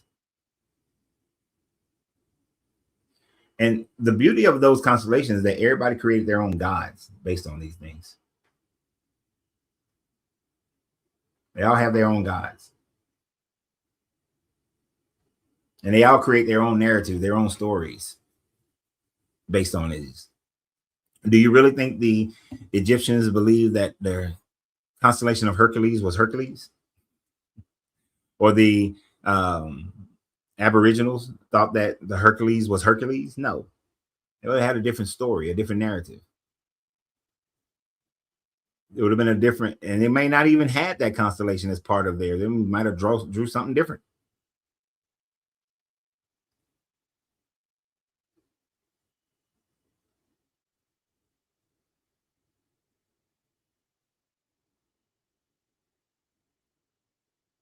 But I agree, the same core constellations, some of the same core constellations would have been recognized.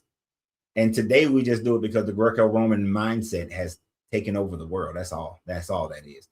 We're taking over the majority of the world. But if you look at the Chinese horoscope, the Chinese constellations, which has more people than the United States and Europe, they don't view the constellations the same as the Greco-Roman version of the constellations.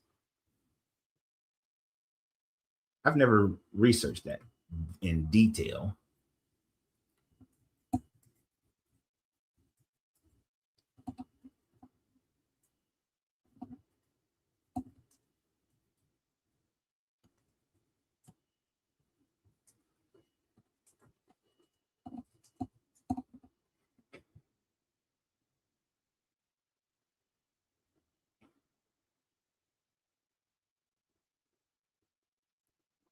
Let's see. No, the Chinese constellations are not the same as the Western international constellation. While the stars themselves are the same, Chinese astronomers independently developed a distinctive system of 283 constellations, grouped into 3 enclosures and 28 mansions. The system differs significantly in the pattern, naming, and the sky division.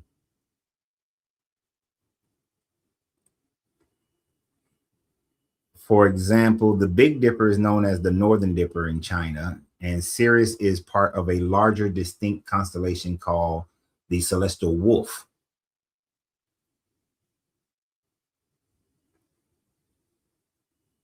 While some, like Orion and the Pleiades, are universally recognized, most Chinese constellations are smaller and different, focusing on entirely different star groupings.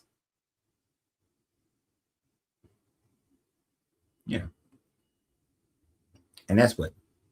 Almost 3 billion people.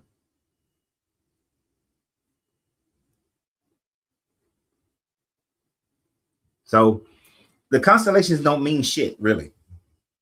And I for a minute, I was one of those people. I'm a Libra. Constellations don't mean nothing. It means absolutely nothing. I forgot what I am in the Chinese zodiac. I mean, like a dog or a rat or some shit like that. Oh, that rhymes. A dog or a rat or some shit like that.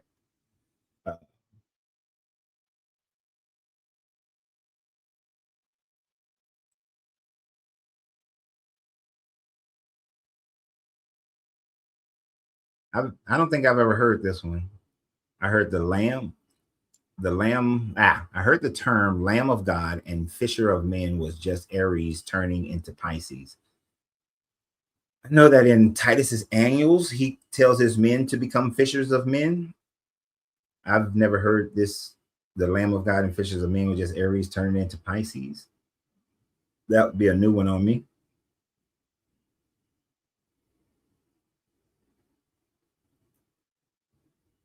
Charles.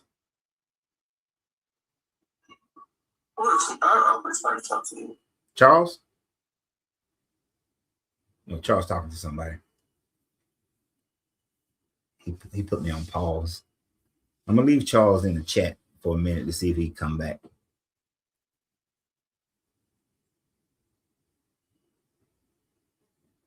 And 12 zodiacs, 12 apostles. Yeah, it seems like they just, the whole numerology thing is another bullshit thing to me, where these numbers mean something. It's kind of like what my grandmother said. A root don't work on you unless you believe in the root. Numerology don't mean shit unless you believe in the numerology. 12 zodiacs. It used to be 13, I believe. But 12 zodiacs, it means something. And I used to fall for it. I had my star chart and everything, and thought that my star chart determined who I was in certain areas, that certain planets and constellations were in certain houses, and I had no choice but to be this or that person. And then when you start thinking deeper into it, 75% of who you are is based on your environment that you grew up in and the environment you surround yourself with now. You are a child of your environment, plain and simple.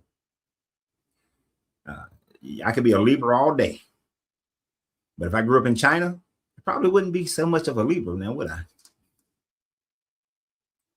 And then these things are so vague that you can find a place in your life where you can incorporate all this bullshit. Oh, when I lived at the address that was 5011, and I literally lived at an address that was 5011. 5011. Right? Let me add them up. That's 5 plus 0 equals 5 plus 1 equals 6 plus 1 equals 7. That means that address was a completion, full completion. That address was not a full completion. I mean, shit. I met this man who believed that his address was 555. And I think he said something about 555, all the fives meaning abundance or growth. And he was like, and when I lived, ever since I moved there, my business has grown, my wealth has grown, my family life has grown better, and all this stuff. And I asked him, I said, did you believe that before you moved in? Because if you believed in the numerology of that before you moved in, I guarantee that there were things that you did that caused your life to be better. It had shit to do with no 555 address.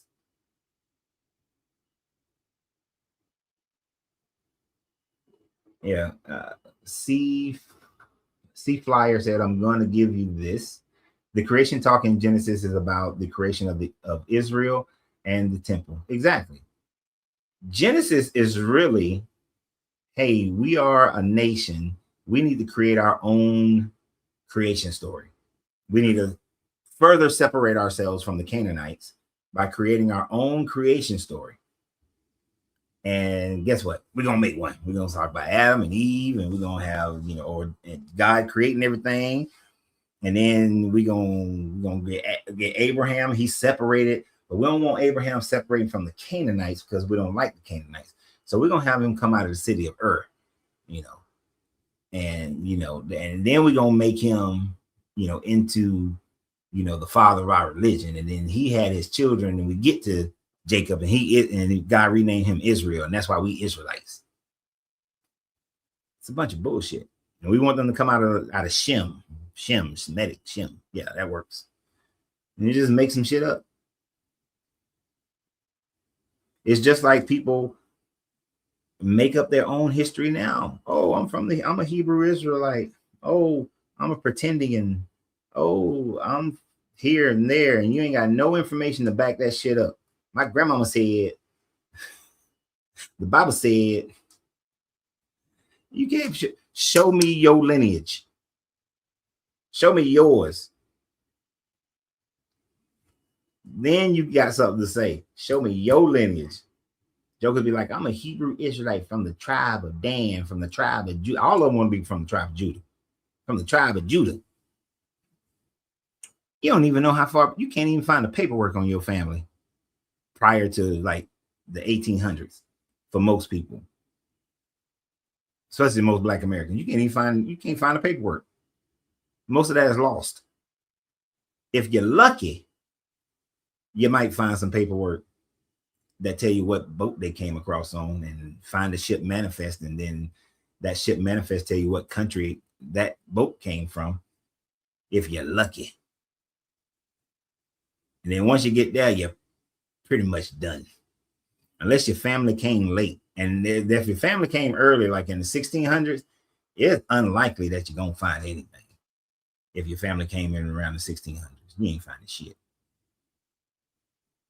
And just because your family was bought by them 5 civilized tribes, or your family ran away to the 5 civilized tribes, don't make you part of them because they then got somebody pregnant in those civilized tribes.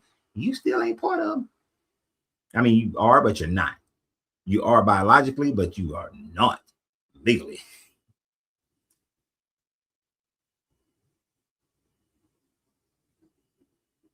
You are not. Using your logic, do you have evidence of this? Of which part? Because I just said a whole bunch of different stuff right then. Yep. And Yahweh does come from the Canaanite pantheon. And there are some hard parts about Yahweh. You have the Shashu people who worship Yahweh. You have the Moabite people who worship Yahweh. I don't think the Shashu are considered Canaanites. I know the Moabites are considered Canaanites. So you did have a Yahweh God as part of the Canaanites. He said the Black Americans is hard to find the lineage prior to the 1900s. Yeah, prior to the 1900s, it's hard. It's hard to find your lineage prior to the 1900s. It's very difficult. I consider myself lucky that I was able to find my family members, that date back to the 1700s, and that's late 1700s at that. I was shocked personally. I thought I wouldn't be able to find it.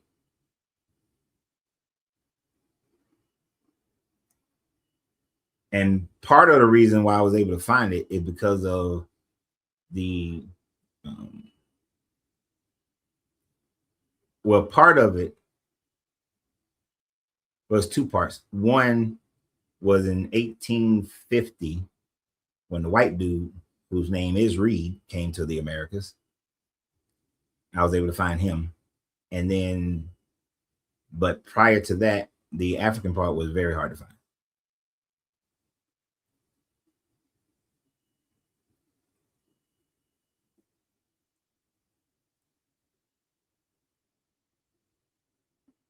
You're going to have to give more context to that question. Please explain Yahuwah. I need more information. But yeah, Yahweh is just a Canaanite deity who got merged with El Elyon later on by Josiah, started merging them two together.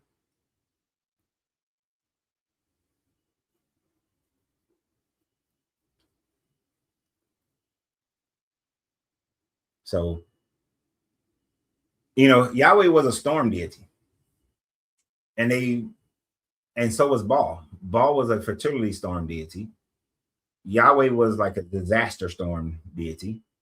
And so, because the Israelites started going under Assyrian captivity and then Babylonian captivity, they started worshiping Yahweh and incorporated Yahweh into El, because they thought not because they were getting their ass whooped by a more powerful military, they thought that they was getting their ass whooped because they were being disobedient to Yahweh, and so Yahweh was punishing them.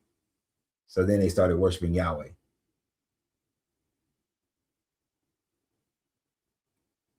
But that's all Yahweh is, just a storm deity who got elevated into becoming the God. He had a wife and then he got rid of his wife. And then by the time they were under the Persian influence, he became just a supreme deity that has always existed, because they were copying the ideas of Ahura Mazda. Ahura Mazda. They were copying the ideas of Ahura Mazda, and then they developed their antithesis to that, which was Agramenia. Right. So Yahweh is just a little deity who got big.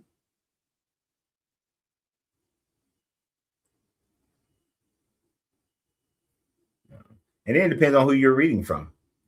The Gnostics thought that Yahweh was this evil God that created the world without the consent of the Sophia, which is wisdom. So without the balance of the feminine energy, created the world and has entrapped our souls in this world. And Yahweh coming from the Canaanites is not a theory. That's proven that Yahweh was a Canaanite God. But I don't know if I don't think the Shashu were Canaanites. In my mind, they were not.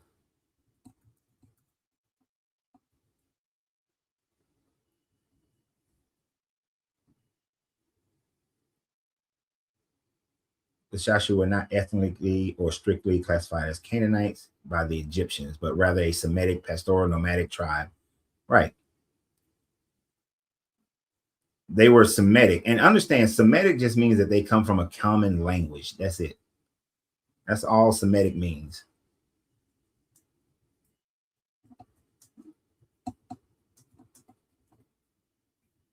They just come from a same language family.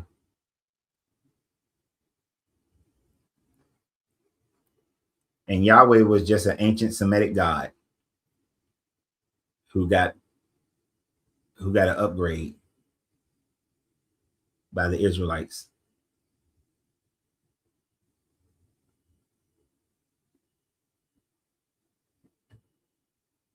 Nothing more to him but that. Thank you guys for the hearts. Thank you for the gifts. And thank you everybody who supports the channel.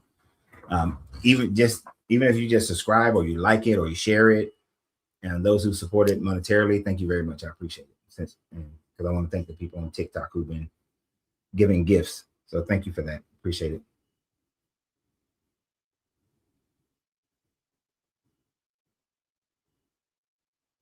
So the northern Israelites are the ones that went to the Canaanites for help, and they told them only if. You couldn't put more in there.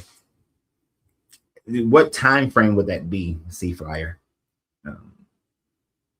Are you talking about during the time frame of Hezekiah? And that would be like in the 700s BCE.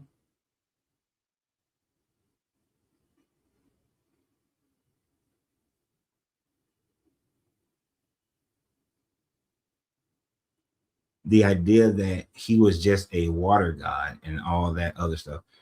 I didn't say he was a water god. He was a storm deity. And that's not a theory. If you research Yahweh, the Canaanite deity Yahweh, he was a storm deity, not a water god.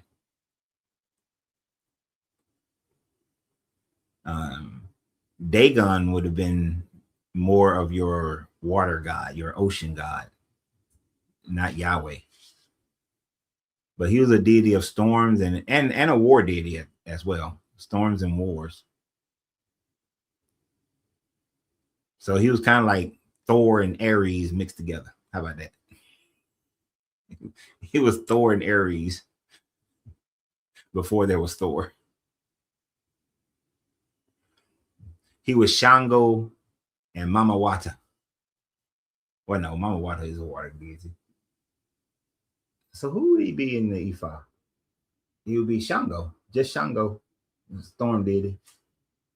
Because Shango was storm and wars. And you see, that shows how people came up. They see storms and they made a god out of it. Thor, Shango, storm deities. You know, got some water, got an ocean. You create your deities for the ocean. Neptune or Poseidon.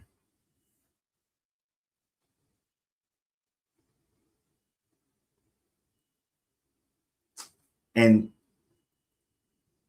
the comment, I know I keep going to Jim. I am looking at everybody's stuff. The fact that they was attributed to him is the fact that that's who he was. That's the thing.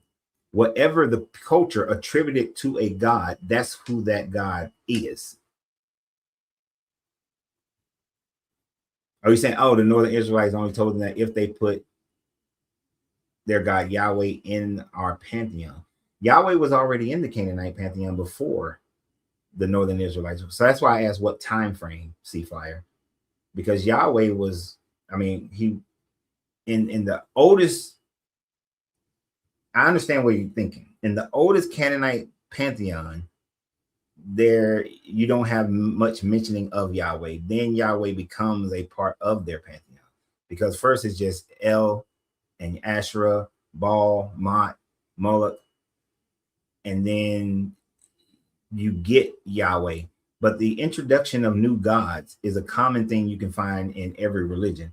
I don't know if the Northern Israelites were forced to add Yahweh to their pantheon. I've never encountered anything like that. I've never seen anything like that in research.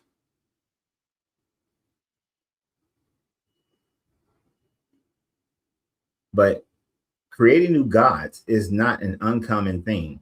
I mean, we still do that today. We still have in modern times people creating ideas or attributes of gods. You know, hell, Joseph Smith, Jesus came to the Americas and talked to the native people. He's just making shit up.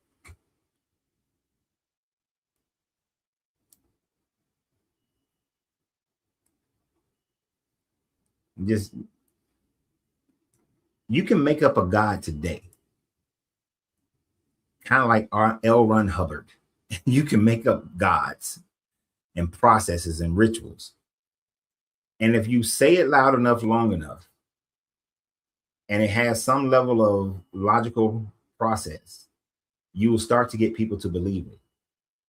I can make up a god today, and in 30 years, there will be a religion based on that God.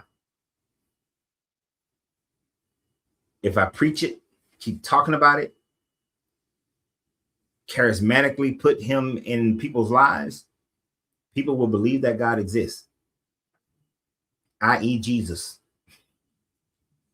If you're charismatic enough and you talk about it enough and you put it in the framework of the culture that you live in, people will start believing that is God.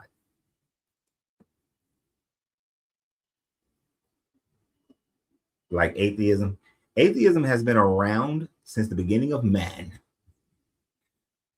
Men haven't always believed in gods.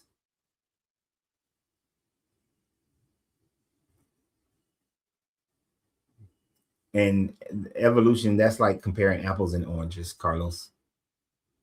Scientific discoveries has absolutely nothing to do with religious creation.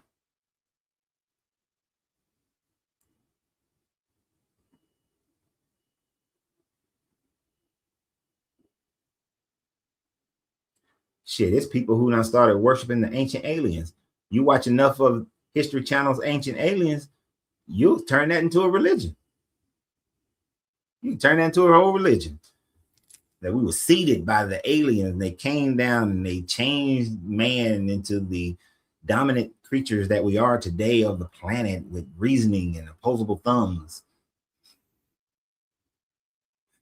And they were from the star Sirius. So now I pick a different star since the Dogon has already had star Sirius. I pick like a star in the Andromeda galaxy somewhere, some bright star, and say that they came from there and they moved their galaxy. That's why they're merging with our galaxy in 3 to 5 billion years. That's the unification that the gods are bringing to us by merging the galaxy. And your hair is what were black people saying back in the day? Your hair is an antenna to receive messages from the creator gods who dwell in the Andromeda galaxy. It's like watching Star Trek Deep Space Nine. You know, the people of Bajor believed that their gods lived in the wormhole and they had a celestial palace, and Benjamin was the emissary and he was their savior, their Messiah was Benjamin, and he went and lived with the celestial beings in the wormhole. And the people of Bajor they believed that was true. This is ancient aliens. That's all this stuff is. Phenomenon that is greater than your understanding. I'm going to create a god for it. There must be some being, some intelligent being that has facilitated this. And so then we make up these other stories, these creation stories and these flood stories and towers of Babel. And then there's the person who initiated it, the father of the religion, you know, and all this other bullshit. So no.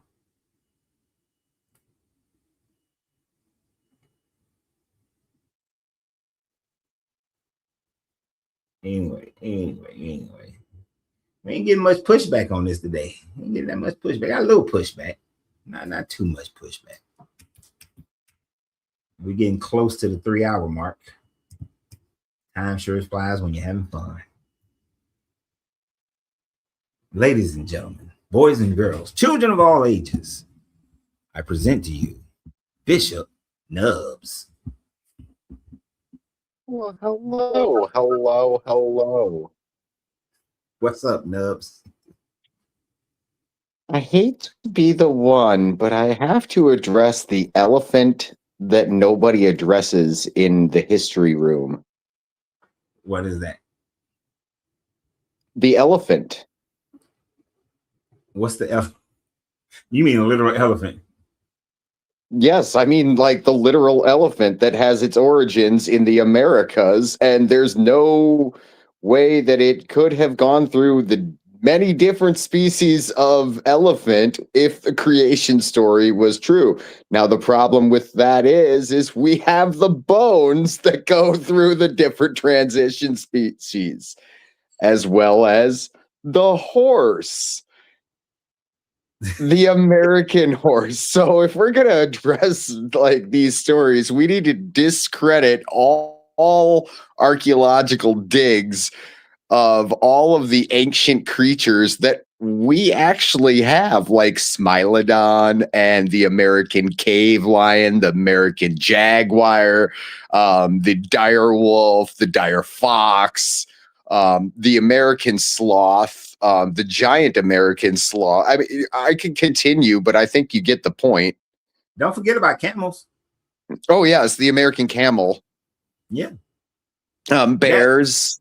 75% of the world's species of plants that are edible come from the Americas, or plants that came from the Americas. So I'm going to say, let's look at the geology and let's look at the archaeology, and then let's look at Genesis. And if they line up, then I'll believe it. But until the elephant in the room is addressed, I'm going to call it bullshit. Yeah, I never utilized that as a point of reference, but you're absolutely correct. Elephants, camels, horses all came from the Americas and migrated to Asia over the last ice age. And their species changed dramatically as they migrated into where they are presently. If there was this whole flood thing, or this whole Genesis story, that could not have happened. Even in fact, all of the animals at Göbekli Tepe have their origins in the Americas. Mm-hmm. So which came first, the chicken or the egg? I'm with you, because you just got me thinking about that right now. The fact that if this guy brought all the animals to Adam, and the Garden of Eden was where these rivers are supposed to be, and where Eden, east of Eden, then there would not be fossil bones of elephants and camels and horses in the Americas. Unless they switch the story or, something like that. But that's a whole nother bag of worms. You do have those who say that that Florida was the Garden of Eden, and that the Mississippi is the Nile River. Here's the way I look at it. I think the Bible has aspects of ancient truths, but it's such a hodgepodge that it's not even viable as evidence anymore because it's been so mutilated and destroyed. But I do personally, I'm of the understanding that 7 rivers flowed into the Nile, and 7 rivers happened to flow into the Mississippi. But aside from all that, I would also say it's really interesting. I actually live in a particular region of the world that is unique. It's called the Driftless Zone, and it's where the glaciers did not actually hit. And in fact, the region I'd say not even 5 miles from me, looks like a miniature version of the Appalachian Mountains. Mm-hmm. Um, Also, Minnesota has the oldest, in fact, the oldest rock in the world is right here on Minnesota. Oh, didn't know that. Never heard that Yeah. before. You know what I Yeah. found interesting? You know, this past summer, me and my brother rode from Texas to Washington State. Okay. And especially in Montana. Especially in Montana. You can see it in Wyoming as well. But especially in Montana, you can see the waves, the waveforms of where the ice age was where the ice was moving. Yep. Across Montana, and then when it regressed back after the Younger Dryas, like you can those waveforms. And I meant to stop and really get but you pass it so fast on a motorcycle that it was like, damn, that would have been a good spot back there, but I got to go 10 miles to get to the next Turn exit, around. and then turn around and come back and then go 10 miles 70 back miles later. Yeah, I was like, no, this is already a 9-hour ride. I'm not about to do all that. But those land masses show that the ice age happened, right? The way the land is, and realistically, if you think about it, the concept of a massive flood on a worldwide scale, if you really think about it, it could definitely be that people were just confused because massive oceans let loose in the Younger Dryas and totally decimated shit, like from miles high, because the water just sat there and melted and melted and melted, and finally it melted away in. And there's archaeological records that show that actually happened. And then, but what's crazy though? Most of your inland people don't have a worldwide flood. No, they really don't. They don't. It's It's mostly your coastal, and the people who were at this, what do you call it, the drip zone? Yeah, I know what you're talking about. Like those people who was at the edge of the ice age, of the ice cap. They have flood. They have flood Minnesota. Stories. Yeah, they got flood stories. Coastal people got flood stories. But when you go into the tribes that were in like Arizona and Texas and all that, no flood stories. Mm-hmm. Other than river floods, they got some river flood stories.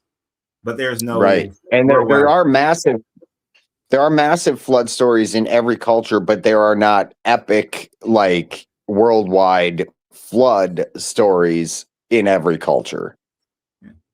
But floods happen. That's why they're in stories. And they like to point out the Chinese had a flood story of the Yellow River, not the world. The Yellow River is the flood story. So it's like, it's a bunch of bullshit. But I really like this thing about the elephant in the room, though. Because if this guy brought all the animals to Adam, that would have been in around 4700 BCE, right?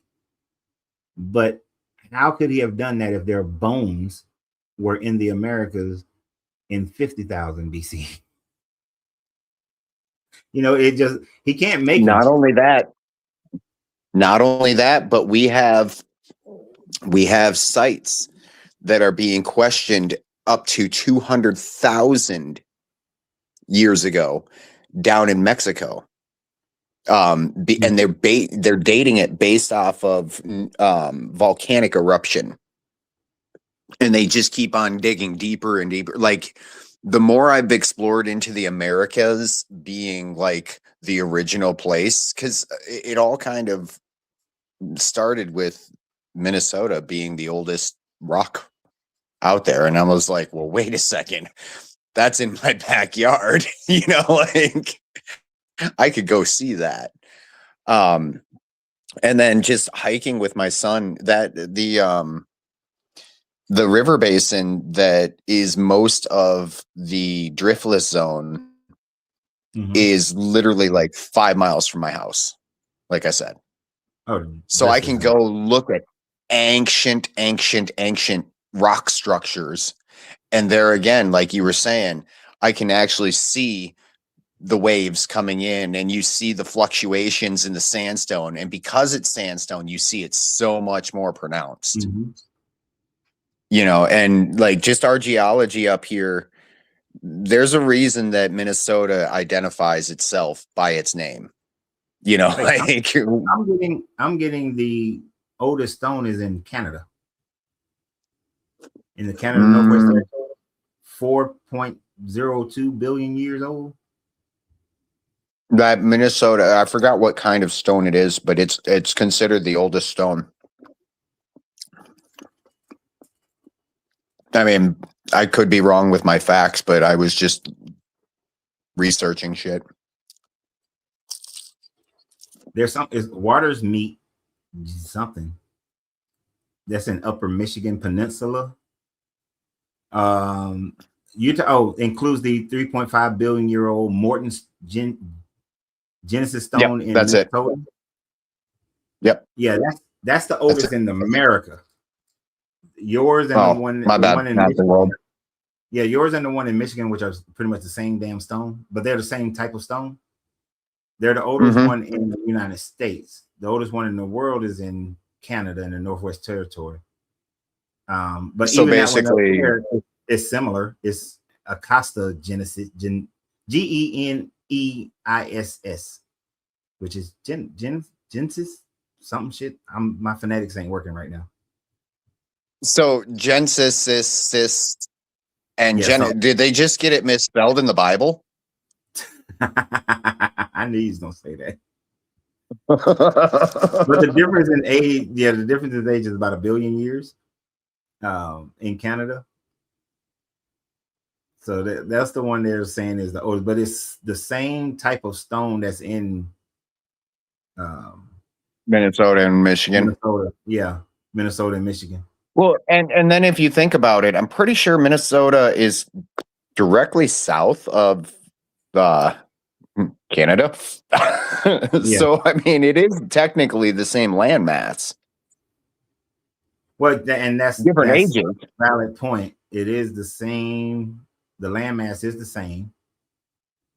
It is still it's North and South America. I was trying to see a map of like where exactly it's located. Find the map. Find the map. Find the map. Find the map. Oh, maybe if I click that button. Shout out to Dora.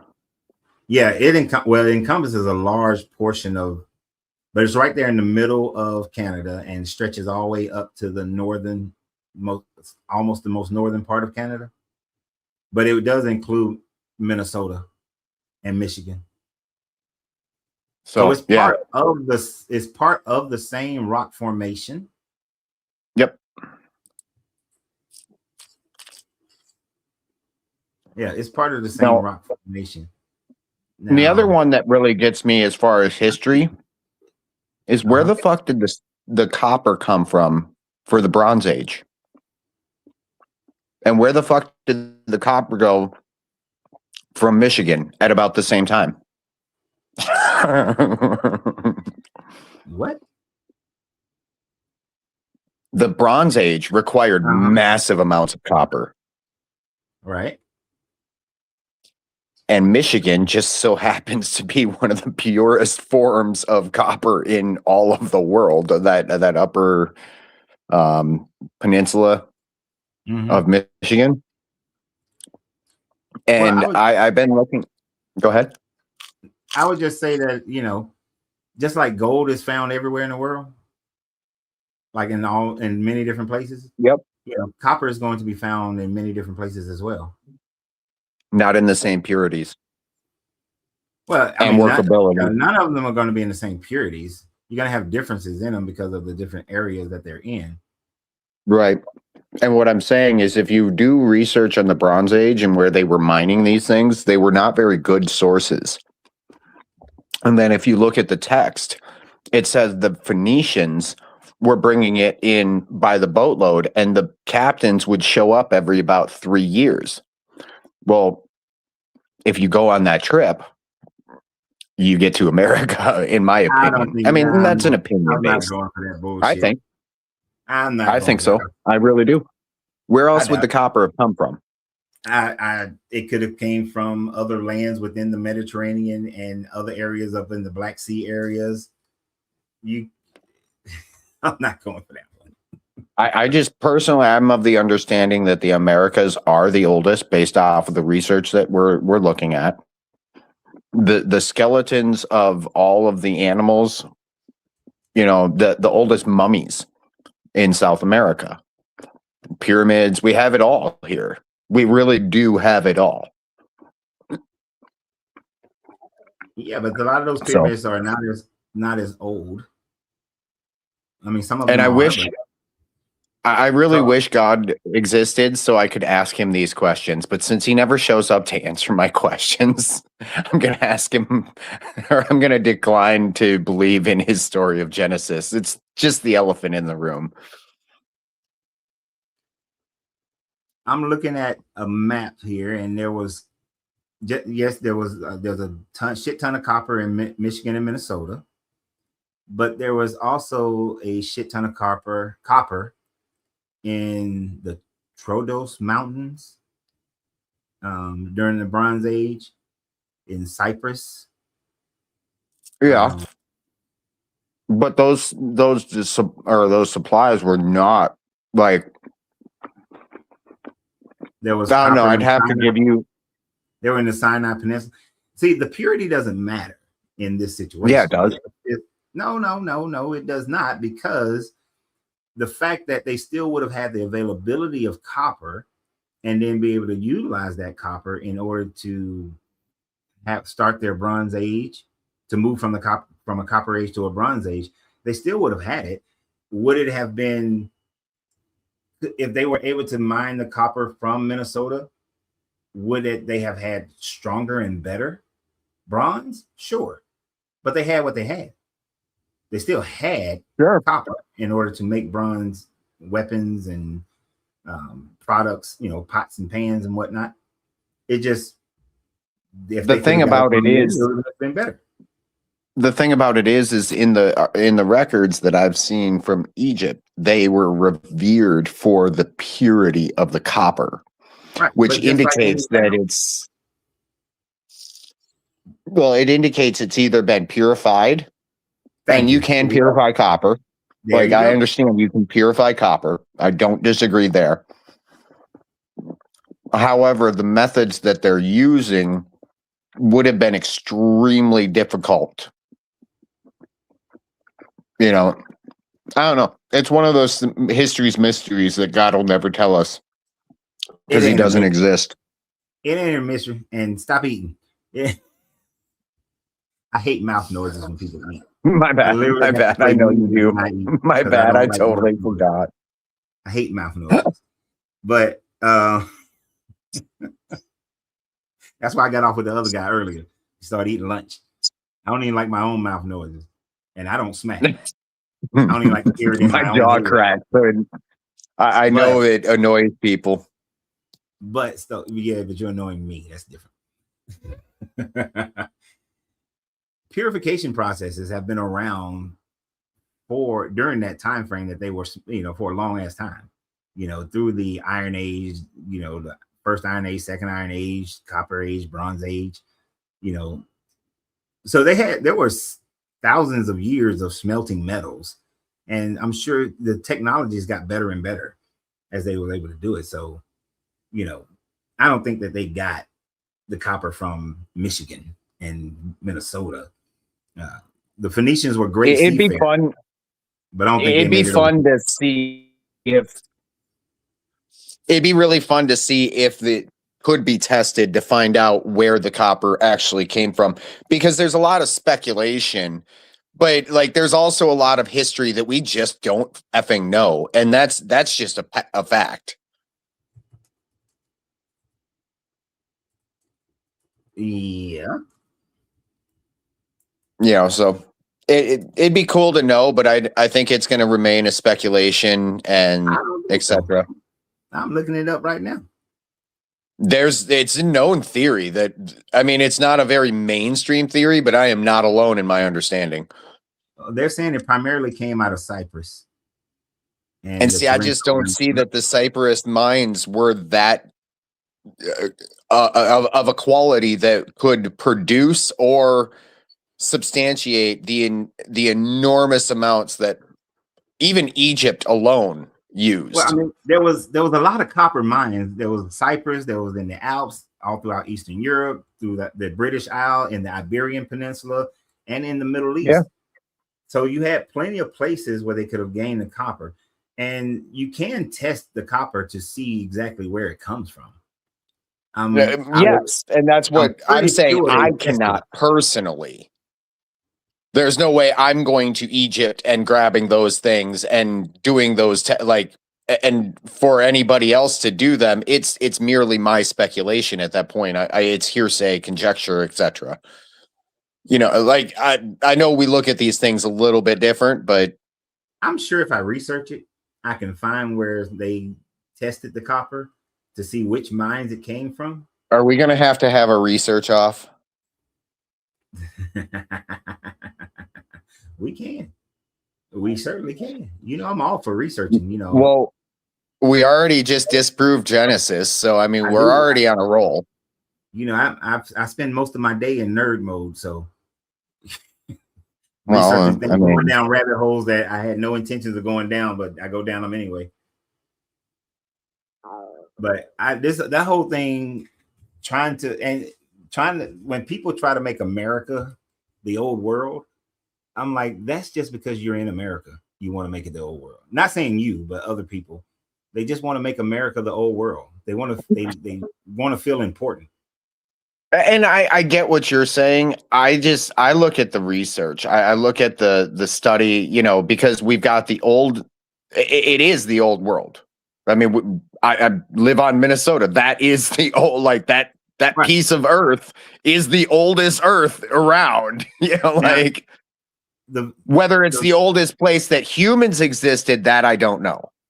So what we have to distinguish, technically, the whole world is the old world. Everywhere in the world is old world. Right. But because we have a Western colonized theology, or not sociology, we view the old world as being that whole Middle Eastern, Europe. That's the old world. Even though Africa has civilizations at that time frame, America's had civilizations at that time frame. Everywhere in the world had civilizations, but those civilizations aren't the ones that went and conquered the world and forced their history to be history. So we commonly refer to the old world as, you know, Europe, the Mediterranean world. But truly, the old world is everywhere. Everywhere, right? Is an old world. There's an old world in every part of the planet. You know, and when we look at that time frame, it's kind of like I was mystified at one moment when I found out that the Victorian age and the Wild West age were going on at the same time. They don't match at all, right? They don't match, but they were happening at the same time. So when people think, I grew up thinking that during the Victorian age, that's how everyone was around the world. During the Wild West age, that's how everyone was at the same time frame in the Wild West age. But when I realized you can also add the samurai. Yeah, and exactly. The samurai were happening at the same time as those two cultures were going on. So everywhere is an old world, you know, when you look at it. But we pick and choose what we decide is old world. But these stories from the Bible, that shit wasn't happening in the Americas or nowhere else. That was happening over there in the Mediterranean and primarily Egypt, the Levant. And then until you get to the New Testament, then you start getting more into the Greece and Rome.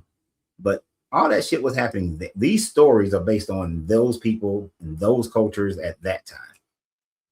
Ain't got nothing to do with what was happening in the Americas. I guess. I personally, I wasn't there. You ain't got to be there to know it. Like Jesus, when Jesus was walking and then he died, and then after Jesus died, you're supposed to believe in him in order to have eternal life. where there were millions of people on the planet who ain't never heard of that motherfucker, and they lived and died, never hearing of that. Remember, I don't give clout to him ever existing. Remember, I don't think he ever existed. Oh no, yeah, I wasn't so. All right, like, and so when I'm looking at it, and they're like, "Oh, well, just believe," and I'm like, "No, and then they'll be the best one is they'll bring up like Alexander the Great or something like that, and well, we don't have evidence for him until 500 years, blah blah blah. I'm like, yeah, all of our history is shit. So that doesn't prove that your God is right. It proves that we can't track history correctly. But you know, I hate when they use Alexander because they are so wrong about that, because they only are quantifying that through documented history. But we have coin history, pottery history, construction history of Alexander. Yep. So if you just isolate it to documents, sure. But when you look at all the archaeology, then no, we have way more history that shows that Alexander was a real person. Got all kinds of history on that. Got all kinds of Then we have much less history, actual history. We have a lot of speculation throughout the years that builds up to Jesus, but actually nothing from the original time. No, not one. Interesting. Kind of like Genesis. Yeah. But you know what? I'm not going to get into that because I'm going to talk about that tomorrow, that there's no historical proof of Jesus. So we're not getting all right, brother. That. Much love. It's been 3 hours. Enjoy the elephant in the room. Yep, it's lunchtime. All right. Appreciate it. I'll talk to you later. Later. That damn Nub. Always starting problems. Nub is always starting issues. Nah, he good to go. I like Nub. So, yeah, we have so much history of other people, but we have zero history of Jesus. That's for tomorrow. So we're gonna close out today, 3 hours, yes, and we will rejoin our conversation tomorrow in around 12 noon Eastern Standard Time. Look forward to having our conversations. Please, I will do some videos later on today. Please like and subscribe. Watch those videos, share those videos. I greatly appreciate it. It does help the channel, and it helps me facilitate me being able to do this on a consistent basis. And thank you guys for your gifts and whatnot. I appreciate those things. They help to keep the channel going as well. The ball cycle, I'll probably talk. I might do a video about that one later on. I mean, the ball cycle is just about how Baal was trying to become a supreme god, and he was fighting against Mot and so on and so forth. I don't know what you were meaning by that one as far as the ball cycle and how it relates to Yahweh. Maybe the fact that Yahweh, I don't think Yahweh is mentioned in the ball cycle, but ancient Canaanites worship Baal. The ancient Israelites used to worship Baal. They worship Yahweh. Josiah got rid of the worship of Baal. It got rid of the worship of Asherah as Yahweh's consort. So I'm not exactly sure what Seafire meant by the Ugaritic ball cycle. I haven't looked at that in a while though, so I might be missing something on that one. I'm not sure, but I look forward to our conversation tomorrow about no historical evidence of Jesus, and actually there's more evidence to demonstrate that Jesus most likely never existed. I am not going to do like some of these other people who invalidate the Bible, but then say that their Jesus is a historical figure. And motherfucker is not historical. To be a historical figure, you need to exist. Cobbling together a Jesus story out of the possibility of other people by that name who did this, and the other one did that, and the other one did that. That's not a historical Jesus. That's just a historical play. That's it, a play. So we will join in tomorrow, 12 noon Eastern Standard Time. Appreciate you guys. Remember, always you got to free yourself to be yourself, because your greatness is non-negotiable. Good journey, good vibrations. Good night to good afternoon to my TikTokers. And here's to the